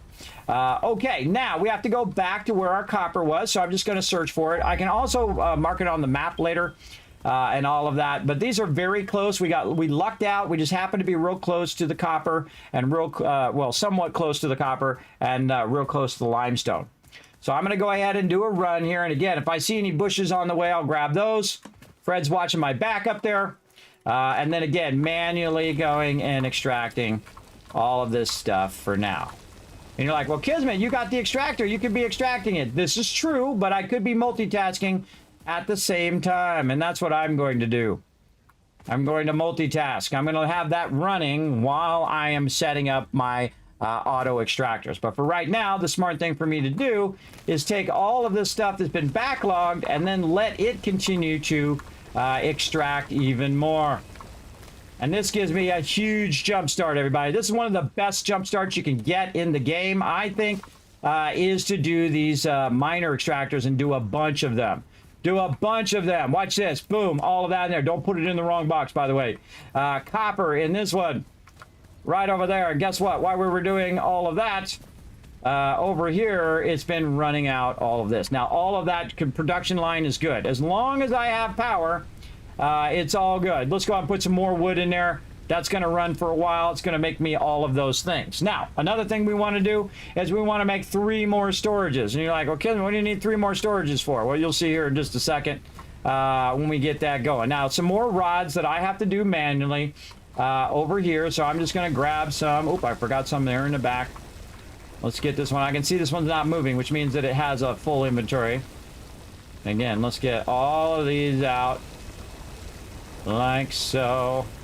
Put them in my inventory. And again, multitasking. Now I am converting it. That's converting it. Got a whole bunch of machines running at the same time. And that is why it's so important in the beginning when you're running around and you're looking for your nodes to pick up those bushes and to pick up those little logs on the ground or sticks on the ground so that you can have power at this point to run things and have it automate for you. Now again, we're going to need 30 iron rods. There we go. We just convert just a little bit, only as much as you need. Let the machines do the bulk of all the stuff that takes longer. Like plates take a while, so I like to let it do that. And there we go. And you go, okay, Kismet, what are you going to use your storage containers for? Well, we're going to do the output of what we got. Now, we're going to rearrange all of this later, everybody. I'm just showing you the basic builds over here. And again, we're going to put one right there. And then we're just going to run that into there. And now it's going to run the plates in there and just keep backlogging them plates and keep that going. Over here, I'm just going to run this around the corner. Again, just finding wherever I can, finding a spot where I can go ahead and do this. Now, I don't really want obscure all of this, but you're going to find this is going to happen. I'm doing this on purpose, by the way, everybody. This is called spaghetti, where you just go ahead and you're just throwing it down randomly and you're just throwing it everywhere, and it's getting kind of, you know, all kind of cluttered and all of that. I'm going to show you how to de-spaghettify your entire setup as well. Now, me, since this is perfectly balanced right now, everybody, this is perfectly balanced. This is 20 power, and so this has got perfectly got my extractors going. I've got a box of raw ore going into the smelter. That smelter then going into the constructor, and the constructor then running it out in the box. And now it's just going to run and run and run and run because there's a lot of backlog resources. Because I set up the backlog at the very beginning, so I'd have it at this point when I really need it. Look at that mop right there, or stingray. Okay, now I have this second one right over here, but here's what I'm going to do. I'm actually going to cut this one out. And I'm going to take this out of here, and I'm going to move it over to this one. And then I'm going to go ahead and say that this one's going to run all of that. And look at all of my machines come right back on again. Pretty cool, right? Pretty cool. We got all that going. And then again, over here on this side, we're going to need another constructor. Again, this is just throwing it down wherever you can, making some serious spaghetti. Okay, that's not where I wanted that to go. Okay, let's try that again. Take that out. Try that again right over here. Give myself a little bit of room to get by. And then just run that down in there. And now it's going to run all that concrete in there. Very nice. Very nice. Look at that. And again, this is actually going faster than your extractor is going to go for concrete, because your extractor is going to go at 30 at the beginning. And this is actually feeding at faster than 45. It's feeding at 60 right now. And that's why the storage containers are so powerful in the very beginning, because it's going to make me a lot of stuff right now. It's absolutely going to. Now, again, what's our next milestone? Upgrades number 6. And we want to get our space elevator, biomass burner, and very especially our biomass. This right here is probably the most powerful thing in the early game. Let's go ahead and do it. Let's go ahead and put in there what we've already got. We got some plates. We don't have enough rods. We definitely need to get some rods going at some point. But let's go over here and see if we have any plates that we can grab over here. How about 118? All right, that seems good. How about over here? How many of these things? 130. Okay, that's good. We already got these out of here. No, I can't even go fast enough to get those out of there. That's why they're in their backlog. And then over here, concrete. How much concrete do we have? 162. How much we have coming out of here? Look at that. It's even backlogged in the machine. Now we have a massive amount of resources that we can use. The only thing that we don't have yet again is our rods, because I didn't bother to automate that yet. But I'm going to go ahead and make some more. Because the next thing we're going to do is we're going to use the next thing, which is our Mark 1 miner. And so I've got enough concrete and enough plates, you can see down there in the corner, to do it, but I need one of these little portable miners. Well, how convenient that I just happen to make a bunch of them sitting right over here, and I can just pick it up, and now I have that part that I need to go in and put down the Mark 1 miner. And I'm about to blow your mind, everybody. We're going to get this done. I'm going to show you how to balance all this power. We're going to aim it this way. Now, these do not align to the world grid, everybody. They're really awkward. I'm going to show you how to perfectly align your foundations to here. By the way, not the way that everybody else does it. The easier way. The easier way. I'm going to show you. I'm going to show you in this playthrough when we do 1.0. All right, there we go. Now, what we're going to do is we're going to separate the two power lines. Because otherwise it'll kick the power off, all right? We don't want to do that. Now, if I just say power line, when I pull it out, it's automatically going to give me the power pole, right? So I'm going to run that there, and then I'm going to run this one up here. Oh, I need some more cable. My bad, my bad. Let's go up here and make some. I can make 125. I can make a lot. Now, again, I'm also waiting for my plates to finish, so we'll let that run. And then right here to right here, now it's going to auto extract. We have the auto extractor running, we have the smelter running, we have the constructor running, and we have two buffers in between, everybody. This is resource buffer, so now I have all this backlog of resources, and I can burn these up later. I'm going to show you how to burn them up. Burn up all those resources. And then right here, it's going to end up at the end. It's done more plates. I'll take those. Guess what? I'm going to have all my plates here that I need. Actually, I have way more than I need right now to do this next upgrade. Here we go. Watch this. Bam! Good to go. Now, the only thing I need, again, is rods over here. And let's see. We got all that going. Wait, our extractor's not going because I didn't put any stuff in here. Hold on. Now, I'm going to take some bushes over here that I don't really need. A nice full stack of 500. And so we got the wood running in one, and we're going to run the bushes in the other one. Now, that's very inefficient, everybody. Very inefficient, but that's what we got. That's what we're going to use. Look, our wood's going to run out, too. So we got to get going. We got to get going to the next upgrade. And again, we do all the things that we got from our current milestone. We got our Mark 1 miners. Yes, we did.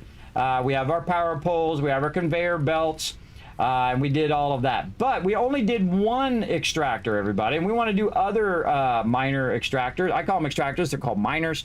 And so you can see I already have the iron plates and the concrete to do that. But it's going to take away from my hub upgrade, but I already put the 100 in for my hub upgrade. So that means I have 137 extra beyond my hub upgrade. And the only thing I really need is my rods. And I could make them right now and put them in there. But I'm going to show you the smarter way. The smarter way is to get it doing the work for you. That's right. Get it doing the work. You don't go to it anymore. It comes to you. That's right. We're going to take this copper and we're going to make this copper come to us. So we don't have to keep running over here. So we're going to go over here and we're going to put down our Mark 1 miner. Oh, man, I'm missing that part. I'm missing it. Oh, well, how convenient. I just happen to have some right here. How convenient. Again, very nice. Okay, then we're going to aim this kind of toward our base. Doesn't have to be exactly toward it, but close enough. Boom. There we go. And then we're going to run our stuff just like this. Now, again, this has a maximum distance, and we're going to talk about maximums when we play 1.0, but for right now, we're going to do this, and this is actually going to help us with something as well, which we'll get to, and then we're going to run this way over here, and we're going to make some spaghetti, because, man, spaghetti is tasty. Here we go. And then we're going to run this all the way over here. I'm triggering myself right now, everybody. I'm triggering myself. No, Kismet, don't do it. Don't do it, brother. All right, over here, this is concrete. What do we got over here? This is the finished concrete over there. Oh, and our power went off. Hold on, let's go get some more bushes. And we'll burn up some of these bushes. Now, we can always go collect more, everybody. It's okay. All right, let's put that in there. Let that keep running. Okay, so we got to get this copper to right here is where we got to get it. All right, this is, oh, don't do it, Kismet. Don't do it. Oh, man, I'm triggering myself with the spaghetti. All right, I need some more iron rods. Let's make some of those right over here. Let's go. Again, I just make the iron rods myself in the beginning because they go really, really fast. But of all the things, iron rods and wire goes really fast. Now, here's the thing. I just ran that wire and realized, you know what would have been smarter? To just run it myself. Now, watch this, everybody. Here's what you don't want to do. I'm going to do a whole lot of don't do this stuff in this playthrough. And then I'm going to show you how to do it right. Okay, I'm going to go ahead and do this. I'm going to try to run this up to the top here. Now, this is called soft clipping, one of the greatest things they added to the game. See how it's yellow? If I do this, it's blue. But if it's yellow, that means it's crowding another thing and that it might clip through it. See how it's clipping through the top there? I don't like clipping. But I do use soft clipping sometimes, but I don't actually clip it. I just put it real close to the item. So we're going to bring that up. Now, what this is an input. So it automatically knows the belt direction, already knows what to do. So now I'm going to go over here and do this, and so I'm going to work my way backwards. Sometimes you work your way backwards because that's more efficient than working forward. All right, that's what I'm showing you right here. And you're like, Kismet, you got the whole other belt. Don't worry about it. Don't worry about it. We'll take care of that here in a second. Now, watch this. If you go and you do it the wrong way, and you're like, Kismet, how do I get that out of there? Just hit F. Hold down left mouse button. There you go. Now, what if you want to take a bunch of this out? You hit F right here. And then you hold left control right here. Oh, wait, no, hold on. Hold left control. Oh, nope. Hold left control. And then we're going to select all of this. And I can take that all out at the same time. Again, once you play this game, everybody, you will be forever spoiled on any ever building game ever again. It is that good. It is that phenomenal of a game. All right. Oh, wait, what happened here? All right, come on, get that. There we go. And again, you can see I can grab that from really far away. Again, bring this straight toward where you're trying to go, right over here, and then connect that in. GG's, we're all good. Watch this, everybody. I can also grab the power from really far away. Look at that. Look how far away I can grab that, and I can just keep running it to get the maximum distance of where I can run that wire, and I can run it really far. Look how far away I could run that, everybody. And then take this, tie this in to just our extractors. These are all the extractors are on the same line. So there we go. Little bit of spaghetti there, but we don't have to go to it. It's going to come to us. We don't have to do that no more.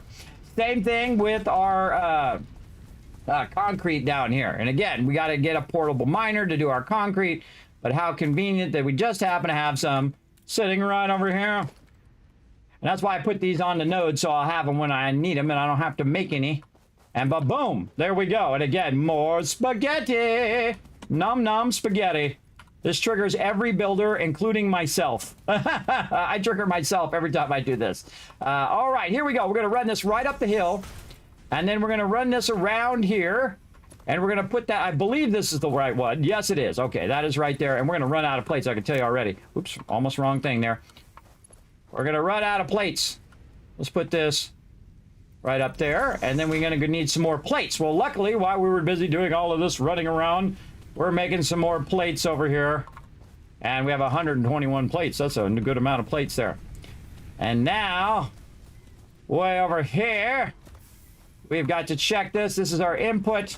Take that, put it in there. GG's all around. Now, again, look at this. This is such a mess. This is such a mess. All right, then we're going to take this. We're going to run this power pole way over here to the side so we can see this. There we go. And then we're going to run this down to there, just like that. That's going to start up. Look at how it starts up, everybody. It's pretty cool.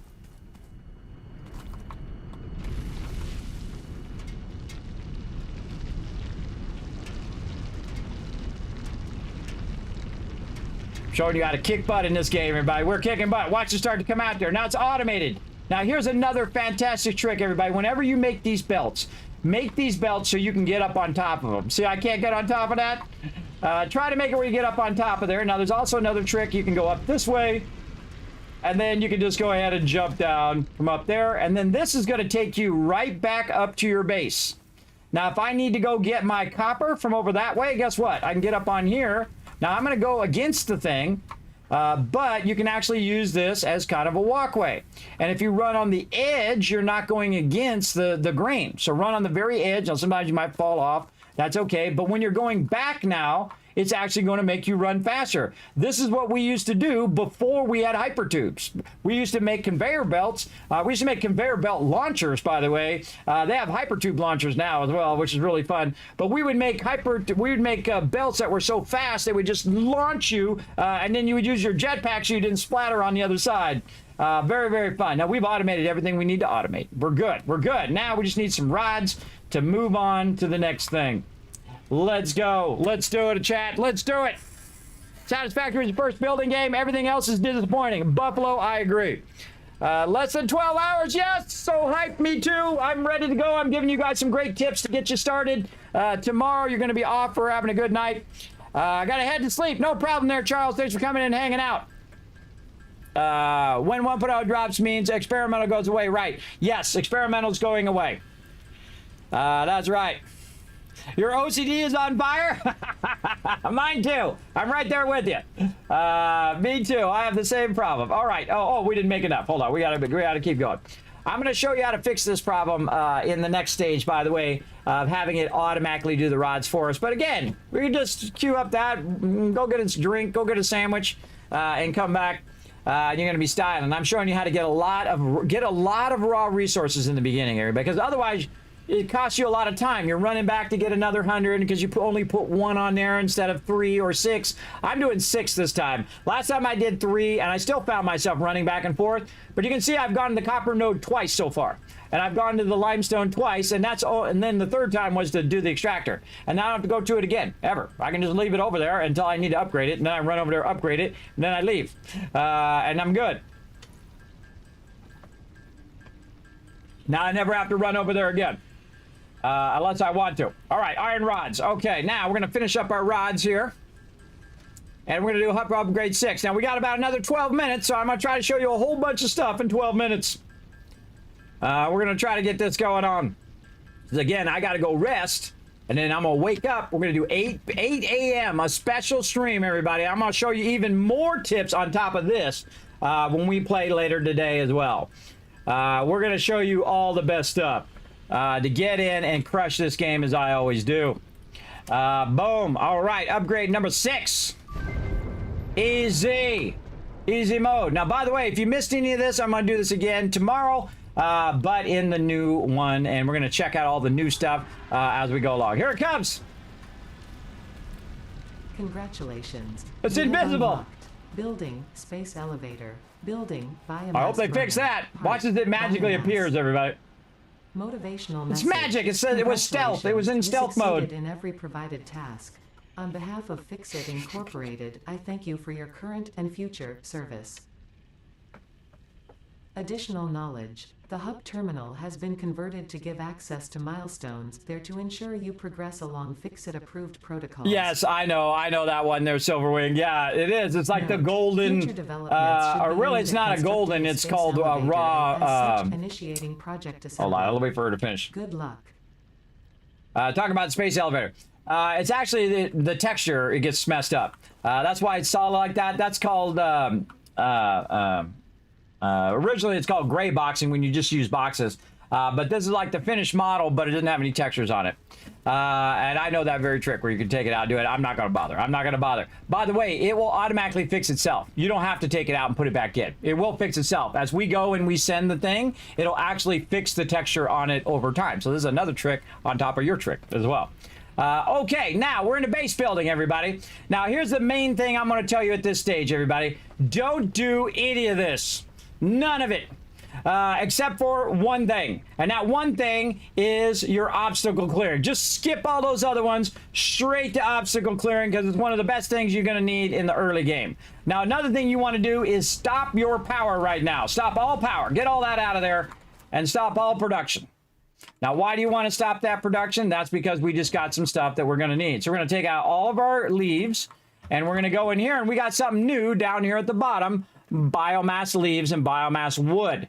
So it's much more efficient for you to make biomass than it is for you to use the wood and the leaves. So it's going to run longer and be more effective. So instantly when you have that biomass unlocked, you want to instantly stop because otherwise you're being very inefficient with your fuel source, right? So I'm going to go ahead and make 2 stacks of 200.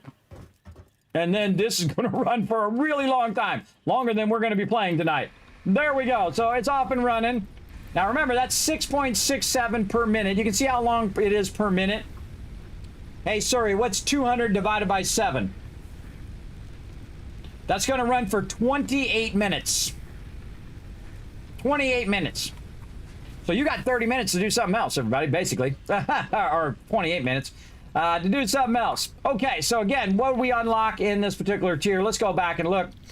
We unlocked our biomass burner, which is going to be our power, which is those things that are in the back. By the way, the biomass burner that you put down actually produces more power than those biomass burners, right? But it also burns up your fuel a little faster. And then the space elevator, which is like among the last thing I build in tier 1 and 2. I don't build that in the early game typically because you don't really need it. You're going to get some upgrades to it, but I highly recommend, you know, just taking your time when you get in tier 1 and 2. Go collect a bunch of resources, use your MAM eventually, and all of that other stuff that you're going to be doing. But we want to do obstacle clearing. So that's the first one we're going to do.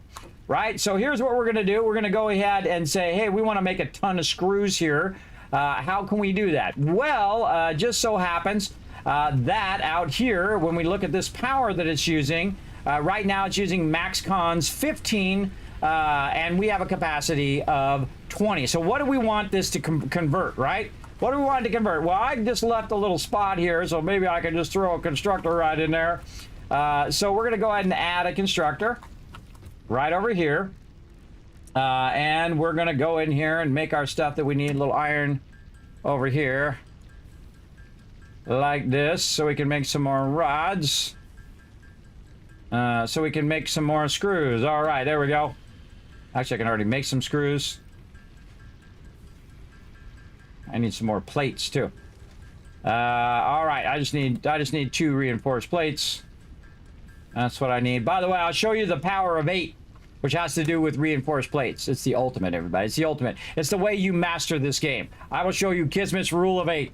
You'll rule the whole game just learning that one thing. I'm telling you, I'll show you. I'll show you tomorrow when we play. Maybe.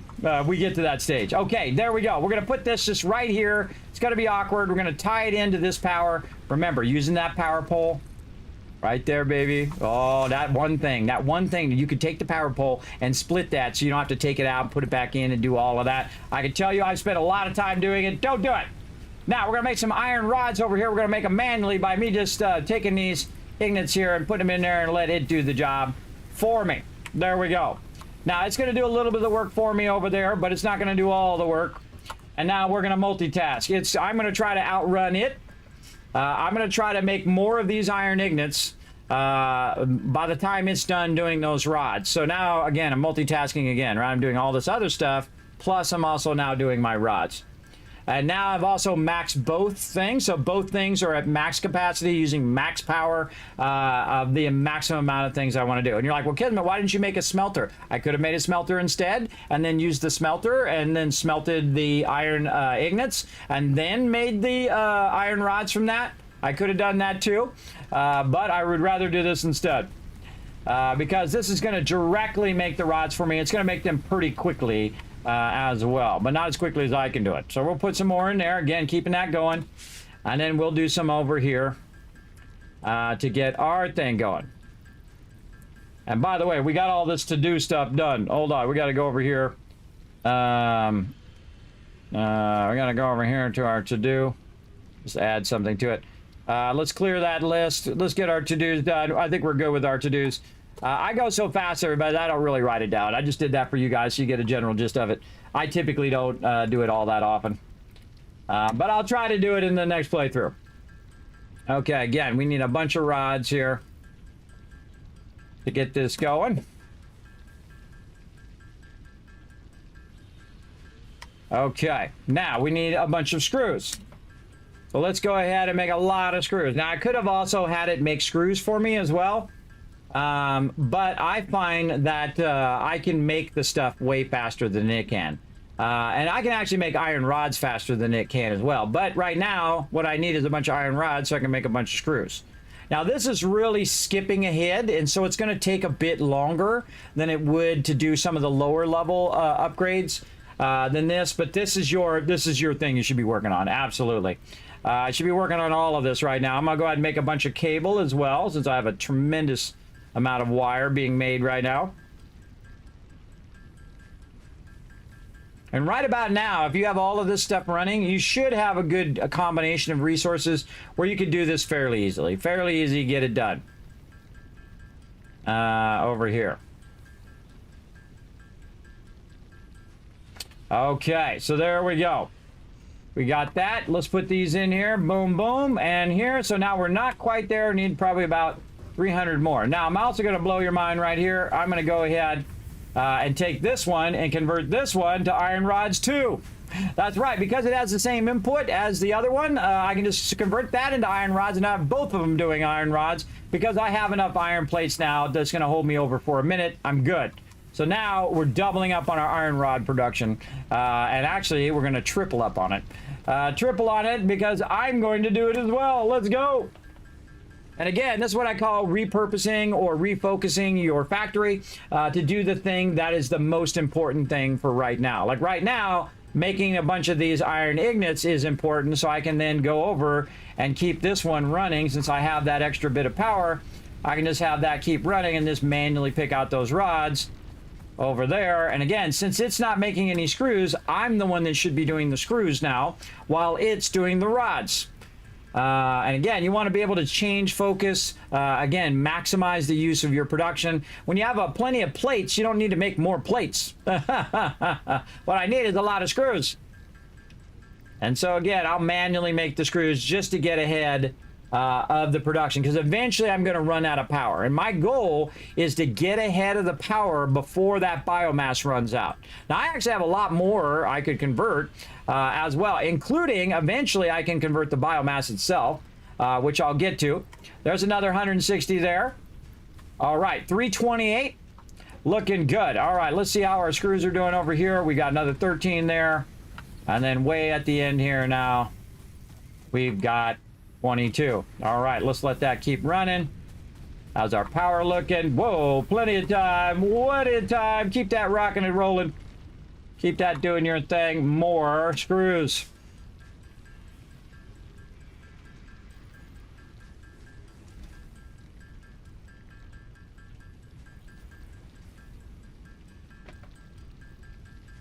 Roll a little cursor over there. Hit the space bar. It's going to run for you automatically.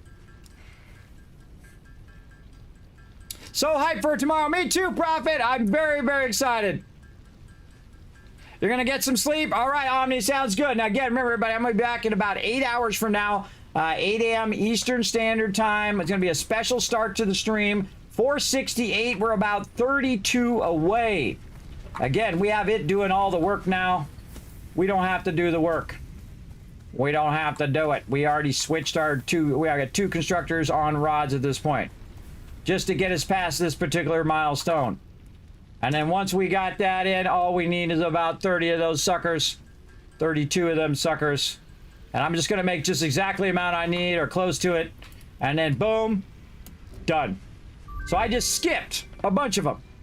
Now, why did I skip a bunch of them? Oh, here we go. Biofuel will ensure maximum efficiency of biomass burners.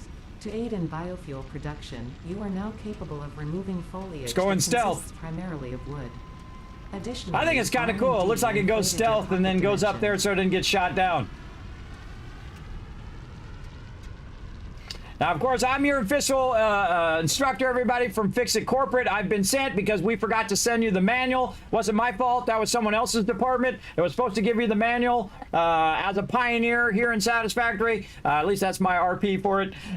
So I'm going to try to help you out as a pioneer to get going. All right, I got a bunch of raw iron ore on me. I don't need to carry that around. I can just put that right in there, nice and stacked. It's got a place to go so I don't fill up my little box with it. Right over here. I want to keep all this other stuff over here for later. Okay, so now we got that done. Now, why do we do all of that obstacle clearing first? Now, by the way, you see Ada doesn't come up and say anything about it. But the reason why we did obstacle clearing first is allows us to do the chainsaw and solid biofuel. You know what you do? Stop your production again. Stop your power. Give me that biomass back. Give me that biomass back. You know why? Because solid biofuel is more efficient than the regular biofuel. So now we're going to go solid biofuel. Now we're going to need some solid biofuel for our chainsaw. But this solid biofuel is going to run much longer than your biomass. So stop the whole thing again. Take a little bit of time and make some solid biofuel. I'm going to make about 40 to get started. Right over here, one more round right there. And then what I'm going to do is run back here so this keeps running. And then right click to cut that in half. Now it's 2 stacks of 20. Put that in there. And that's 10 minutes that's going to run. Just 20 of those is going to run for about 10 minutes because about 8 minutes.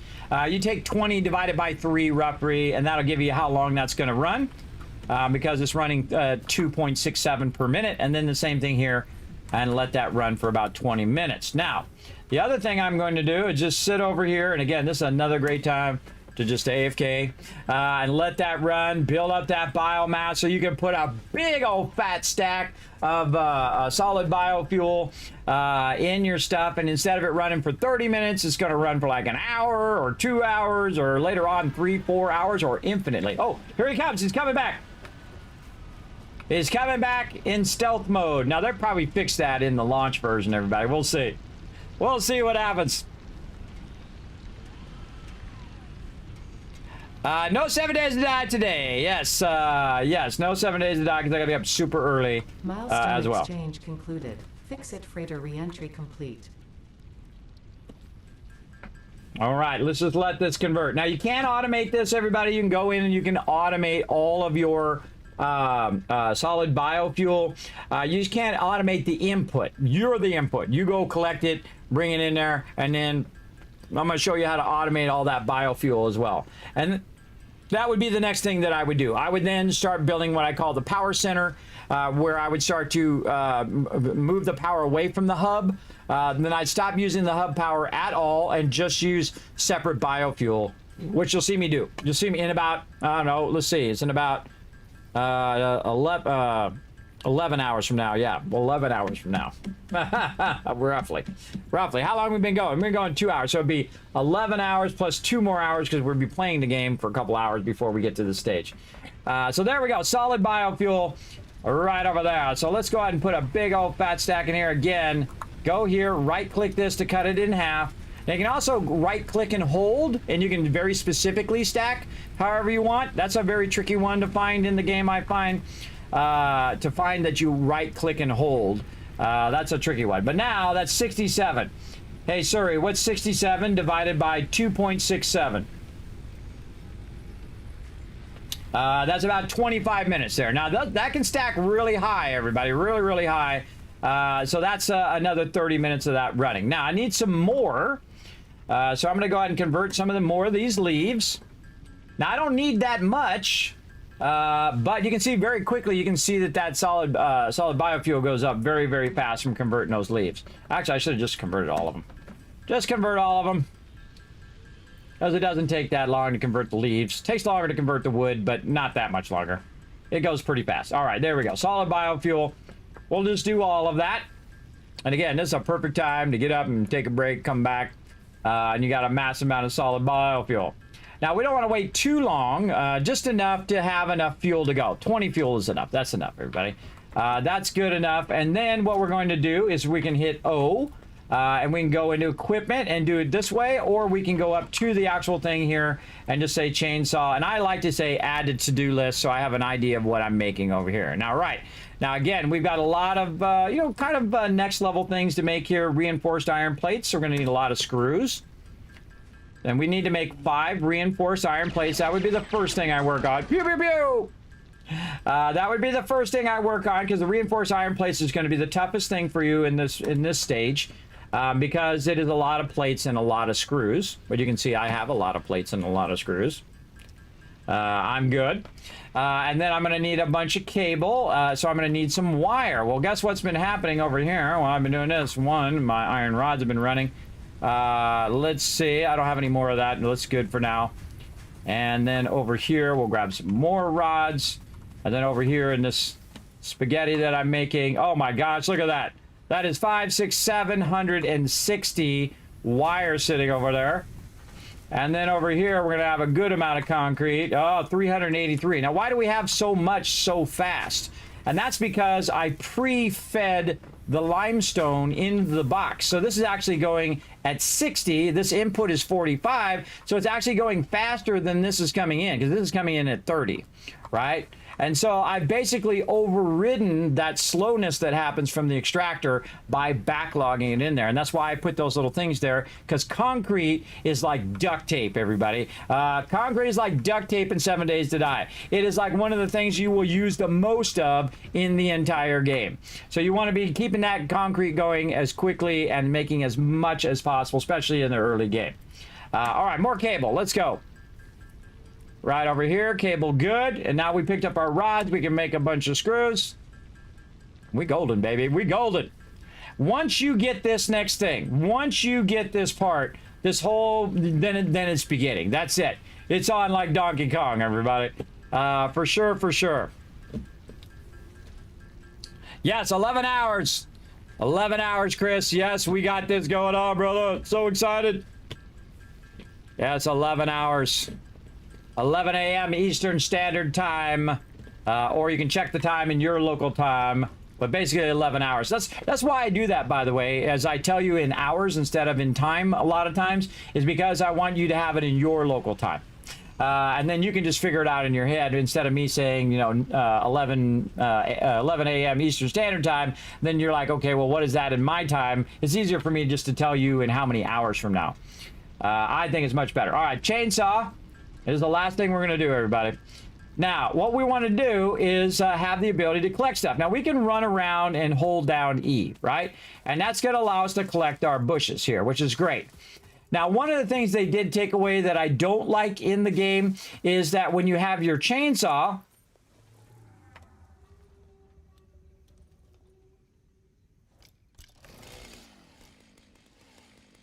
there we go.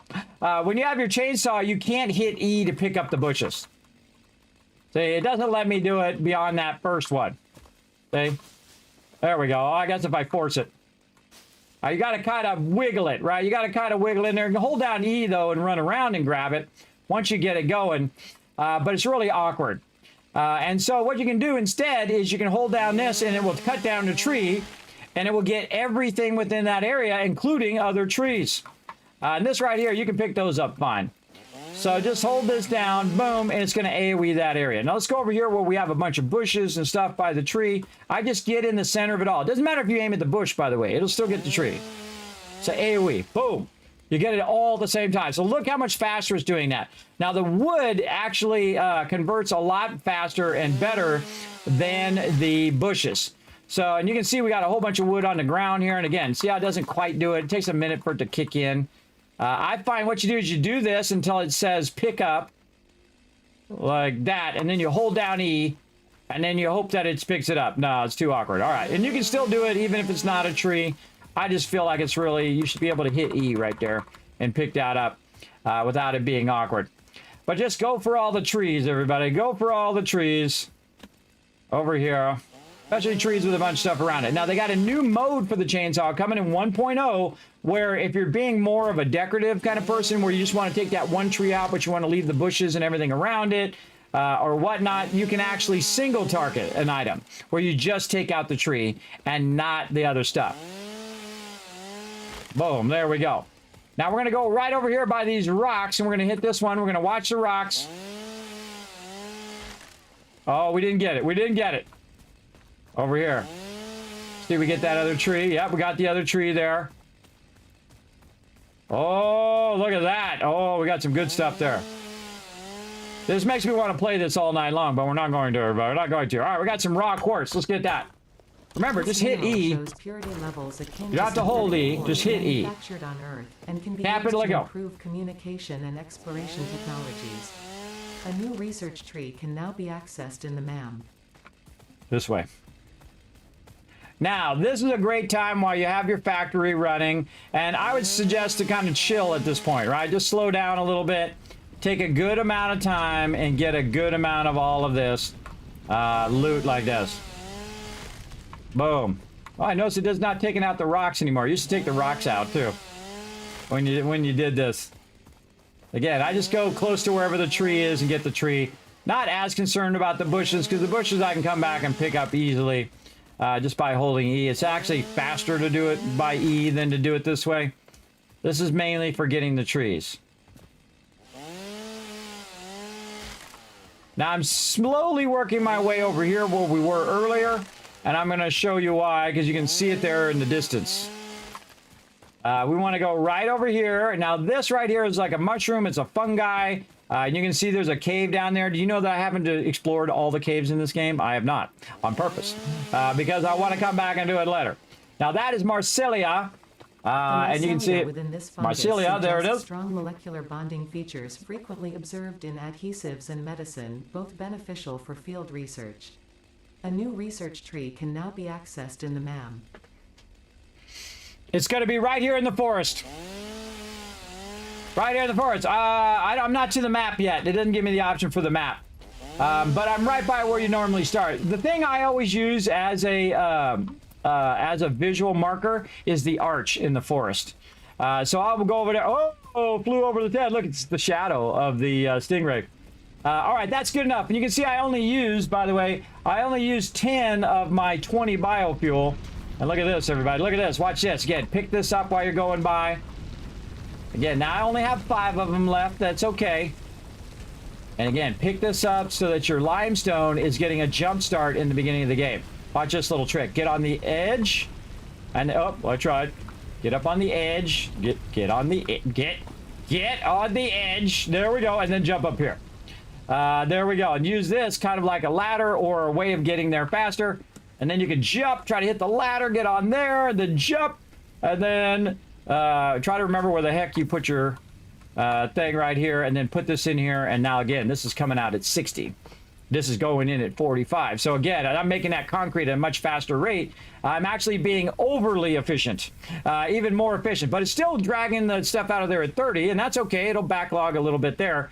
But I have a lot in there running it much more efficient. Again, great way to get a start, everybody.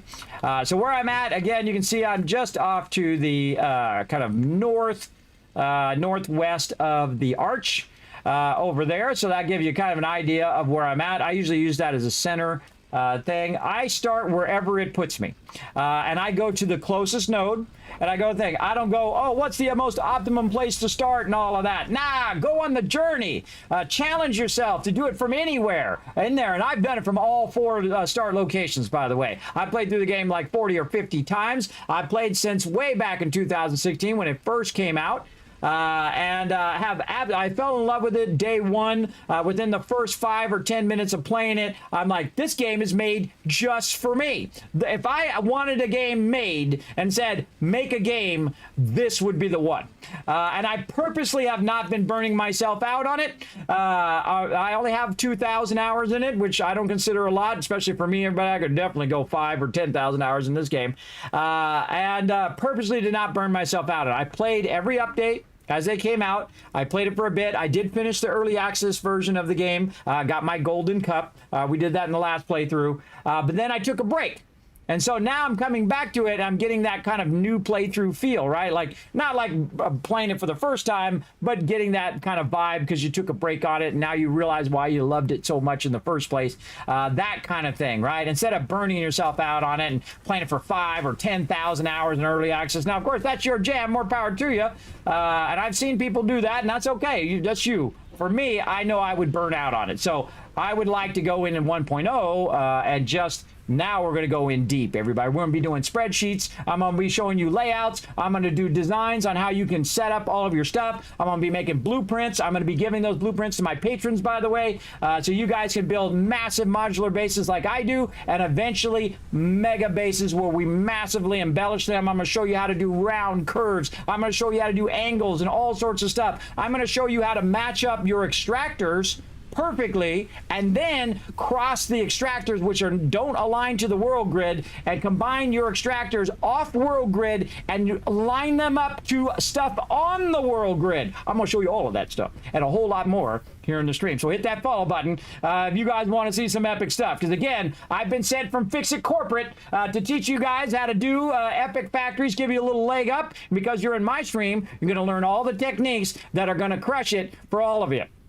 That are absolutely going to crush it. Hello, I've been playing since update 4. Can't wait for launch. Me either. I'm so excited. I really want to play Satisfactory all night long, but I know that's going to be a mistake. So I need to rest up. We're going to come back at 8 a.m. Now, what would be the next step after this, everybody? I'm going to give you one more tip before I go, a bonus tip. The next step after this would be to automate our biofuel, to make our own biofuel things and then automate them.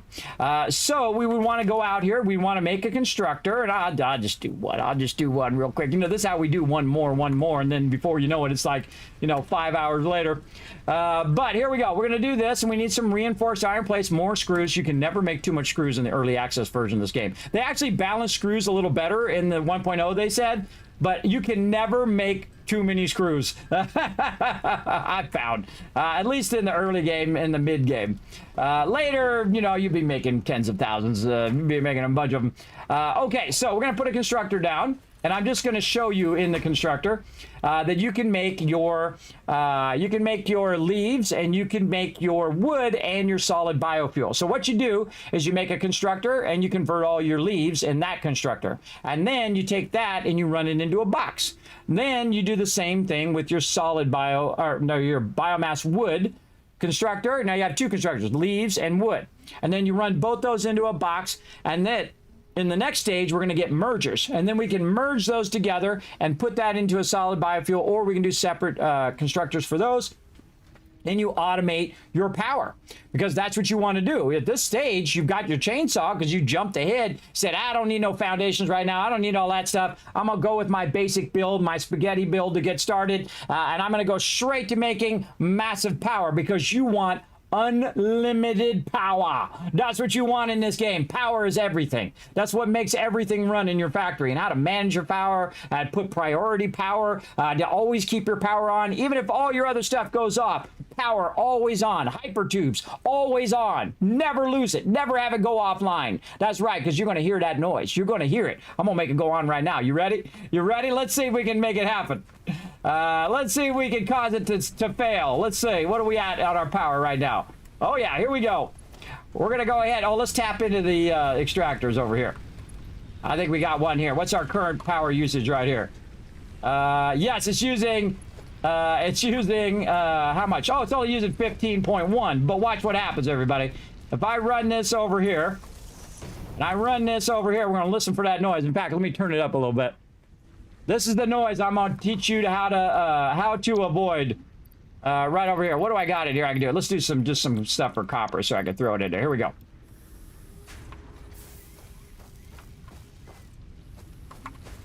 No. I'm still efficient. I'm still too efficient, everybody. Hold on. I can't even make it fail. Hold on. I gotta make another. That's too funny, everybody. That's really funny. Even when I try to make it fail, I can't make it fail. Let's make another constructor. Here we go. All right, and then in this one, we'll go ahead and actually make some biofuel. I don't know. We'll throw it down. Now, I'm going to delete this whole thing. I'm going to delete all blueprints. I'm going to delete everything. We're going to start from complete scratch in there as well. What do I need? I need some more wire or cable. I always get the wire and the cable mixed up in my brain. That's how it goes. All right, constructor over here. Let's go ahead and tell it to do biomass leaves, and we'll put them leaves in there.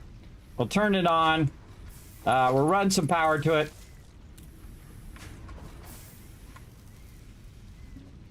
Turn it on. Oh, we couldn't hear it. We couldn't hear it. All right, we'll run over here and we'll flip the thing. So that is the noise of your power going off. It means you have too much power on that particular line. And watch when I try it.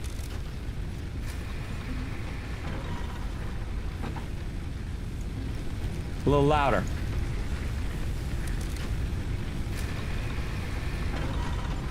Oh, it's not letting me do it. Hold on, I gotta turn this off. No, turn this one off. Here. I'll turn this off so we can get it on first.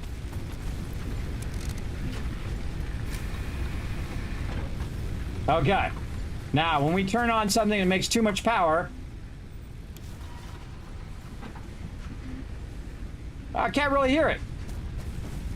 But it makes a noise, everybody. It goes and turns off, and that basically kills your power right over there, and then your whole entire factory goes off. I'm going to show you how to prevent that, how to prioritize your power, and have your power never go off, and everything that you do.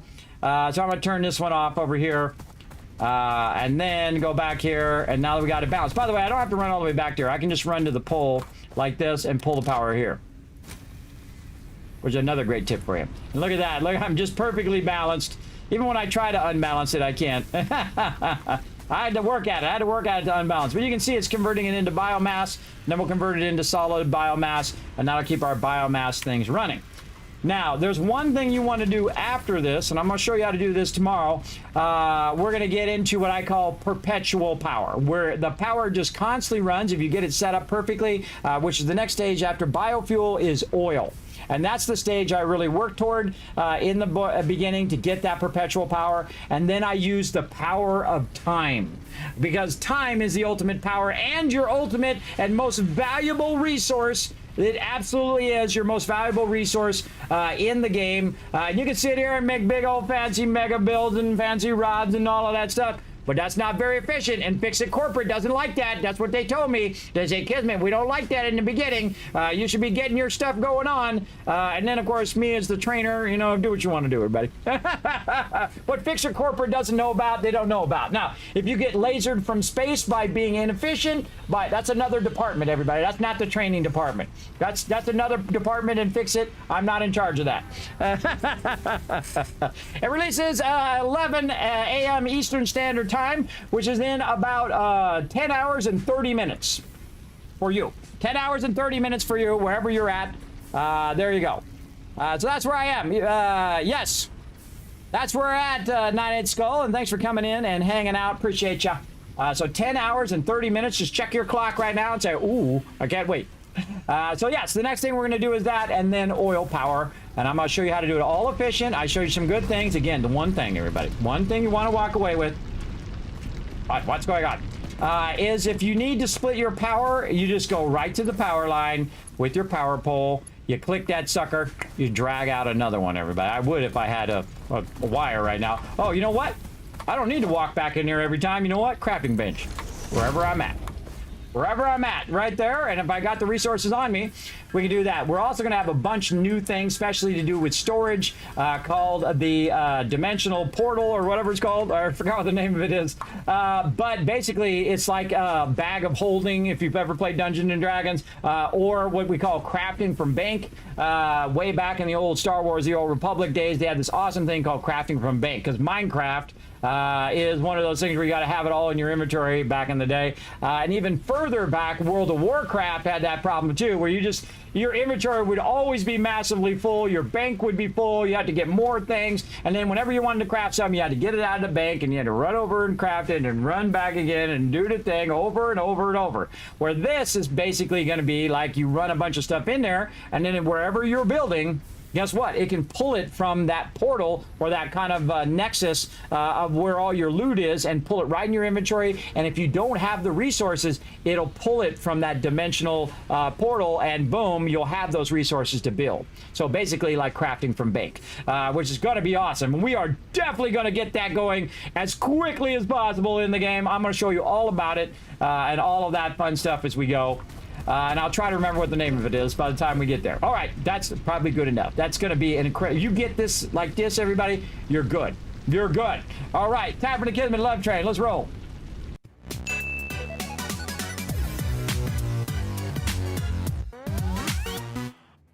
All right, everybody, you're going to be off to a good start tomorrow. That should get you all the way up to biomass fuel, and then you'll be able to automate your biomass fuel.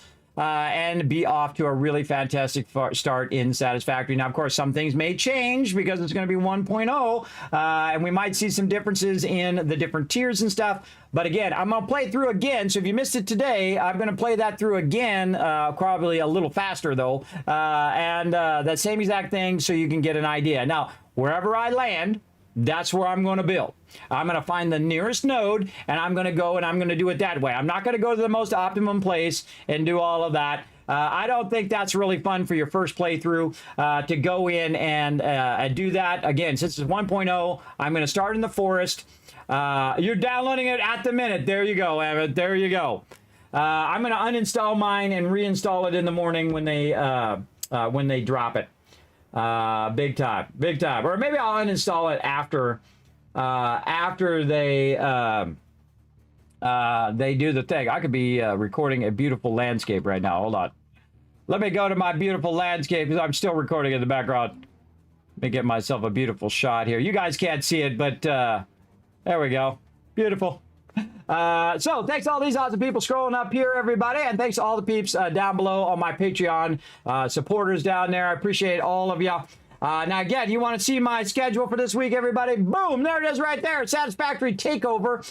So Satisfactory Stream Takeover all this week. Don't worry, we're going to get back to some 7 Days to Die this weekend with my team, and then potentially next week. We'll see how it goes. But again, we did stream tonight, 10 p.m. Eastern Standard Time for a few hours just to get you guys started, get you guys ready for 1.0. And then we're going to come back Tuesday, which is in about 7.5 hours. We're going to come back and we are going to watch the dev stream and the launch stream here on the stream. They did say I can co-stream it, so awesome. We're going to watch that, and then the second Satisfactory drops, everybody, we're going to install it, and we're going to play the heck out of it. We're going to play it a ton. And then, of course, we're going to come back Wednesday through Thursday at 10 p.m., and we're going to be going long streams, and you can win this game in my stream. I don't care if you've been here for 1 second or you've been here for all 9 years, everybody, now going on 10 years. Here in the stream, everybody has a chance to win. It's going to be a Steam copy of Satisfactory that I bought myself to give to you guys for the launch. So, again, if you do want to win the game, now is your chance. Now is your chance at the high school dance. Starting tomorrow as well. Got to uninstall the old one from Epic and prepare for the drop. There you go, Regis Rigi. That's the thing to do. Clear out all your old saves. Clear out all that old stuff. I would not bring your saves forward, everybody. They're just going to break. All the nodes are going to be moved, all of that stuff. That's why I didn't bother to build gigantic mega builds and all of that stuff, because I knew that it was all going to change over time in early access. But I'm going to definitely do a bunch of mega builds this time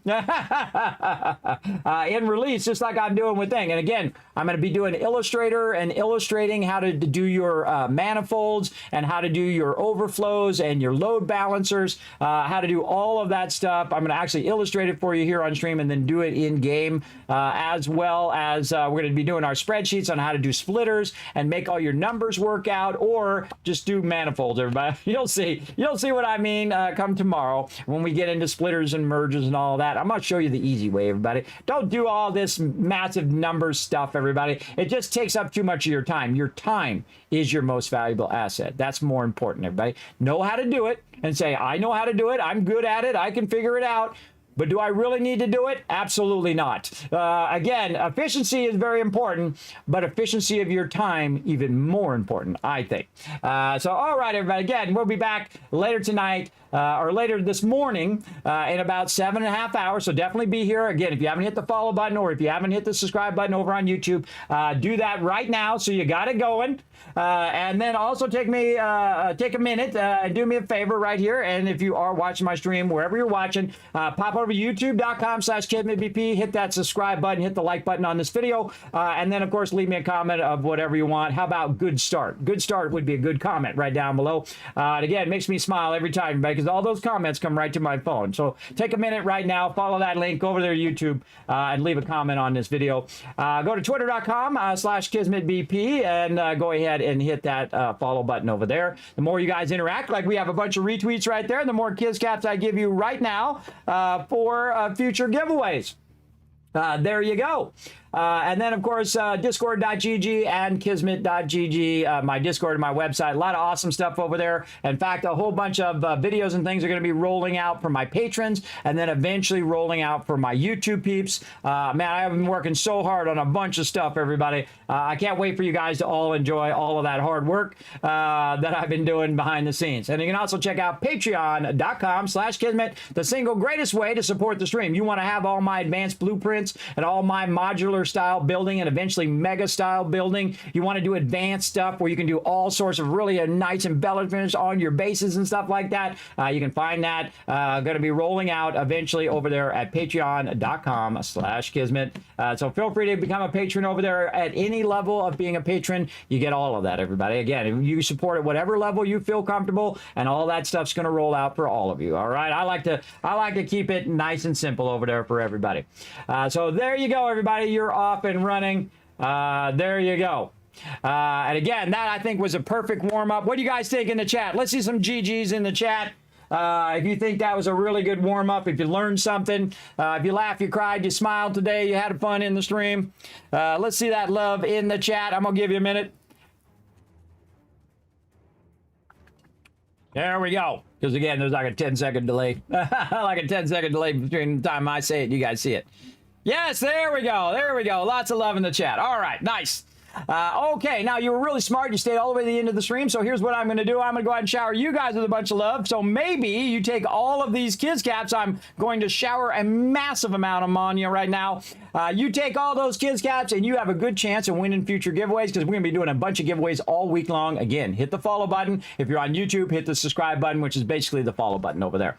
All right, that's it for me. I'll see you guys this morning in about 7.5 hours, 8 a.m. Eastern Standard Time. We'll see you all then, because it's going to be awesome. Bye, everybody.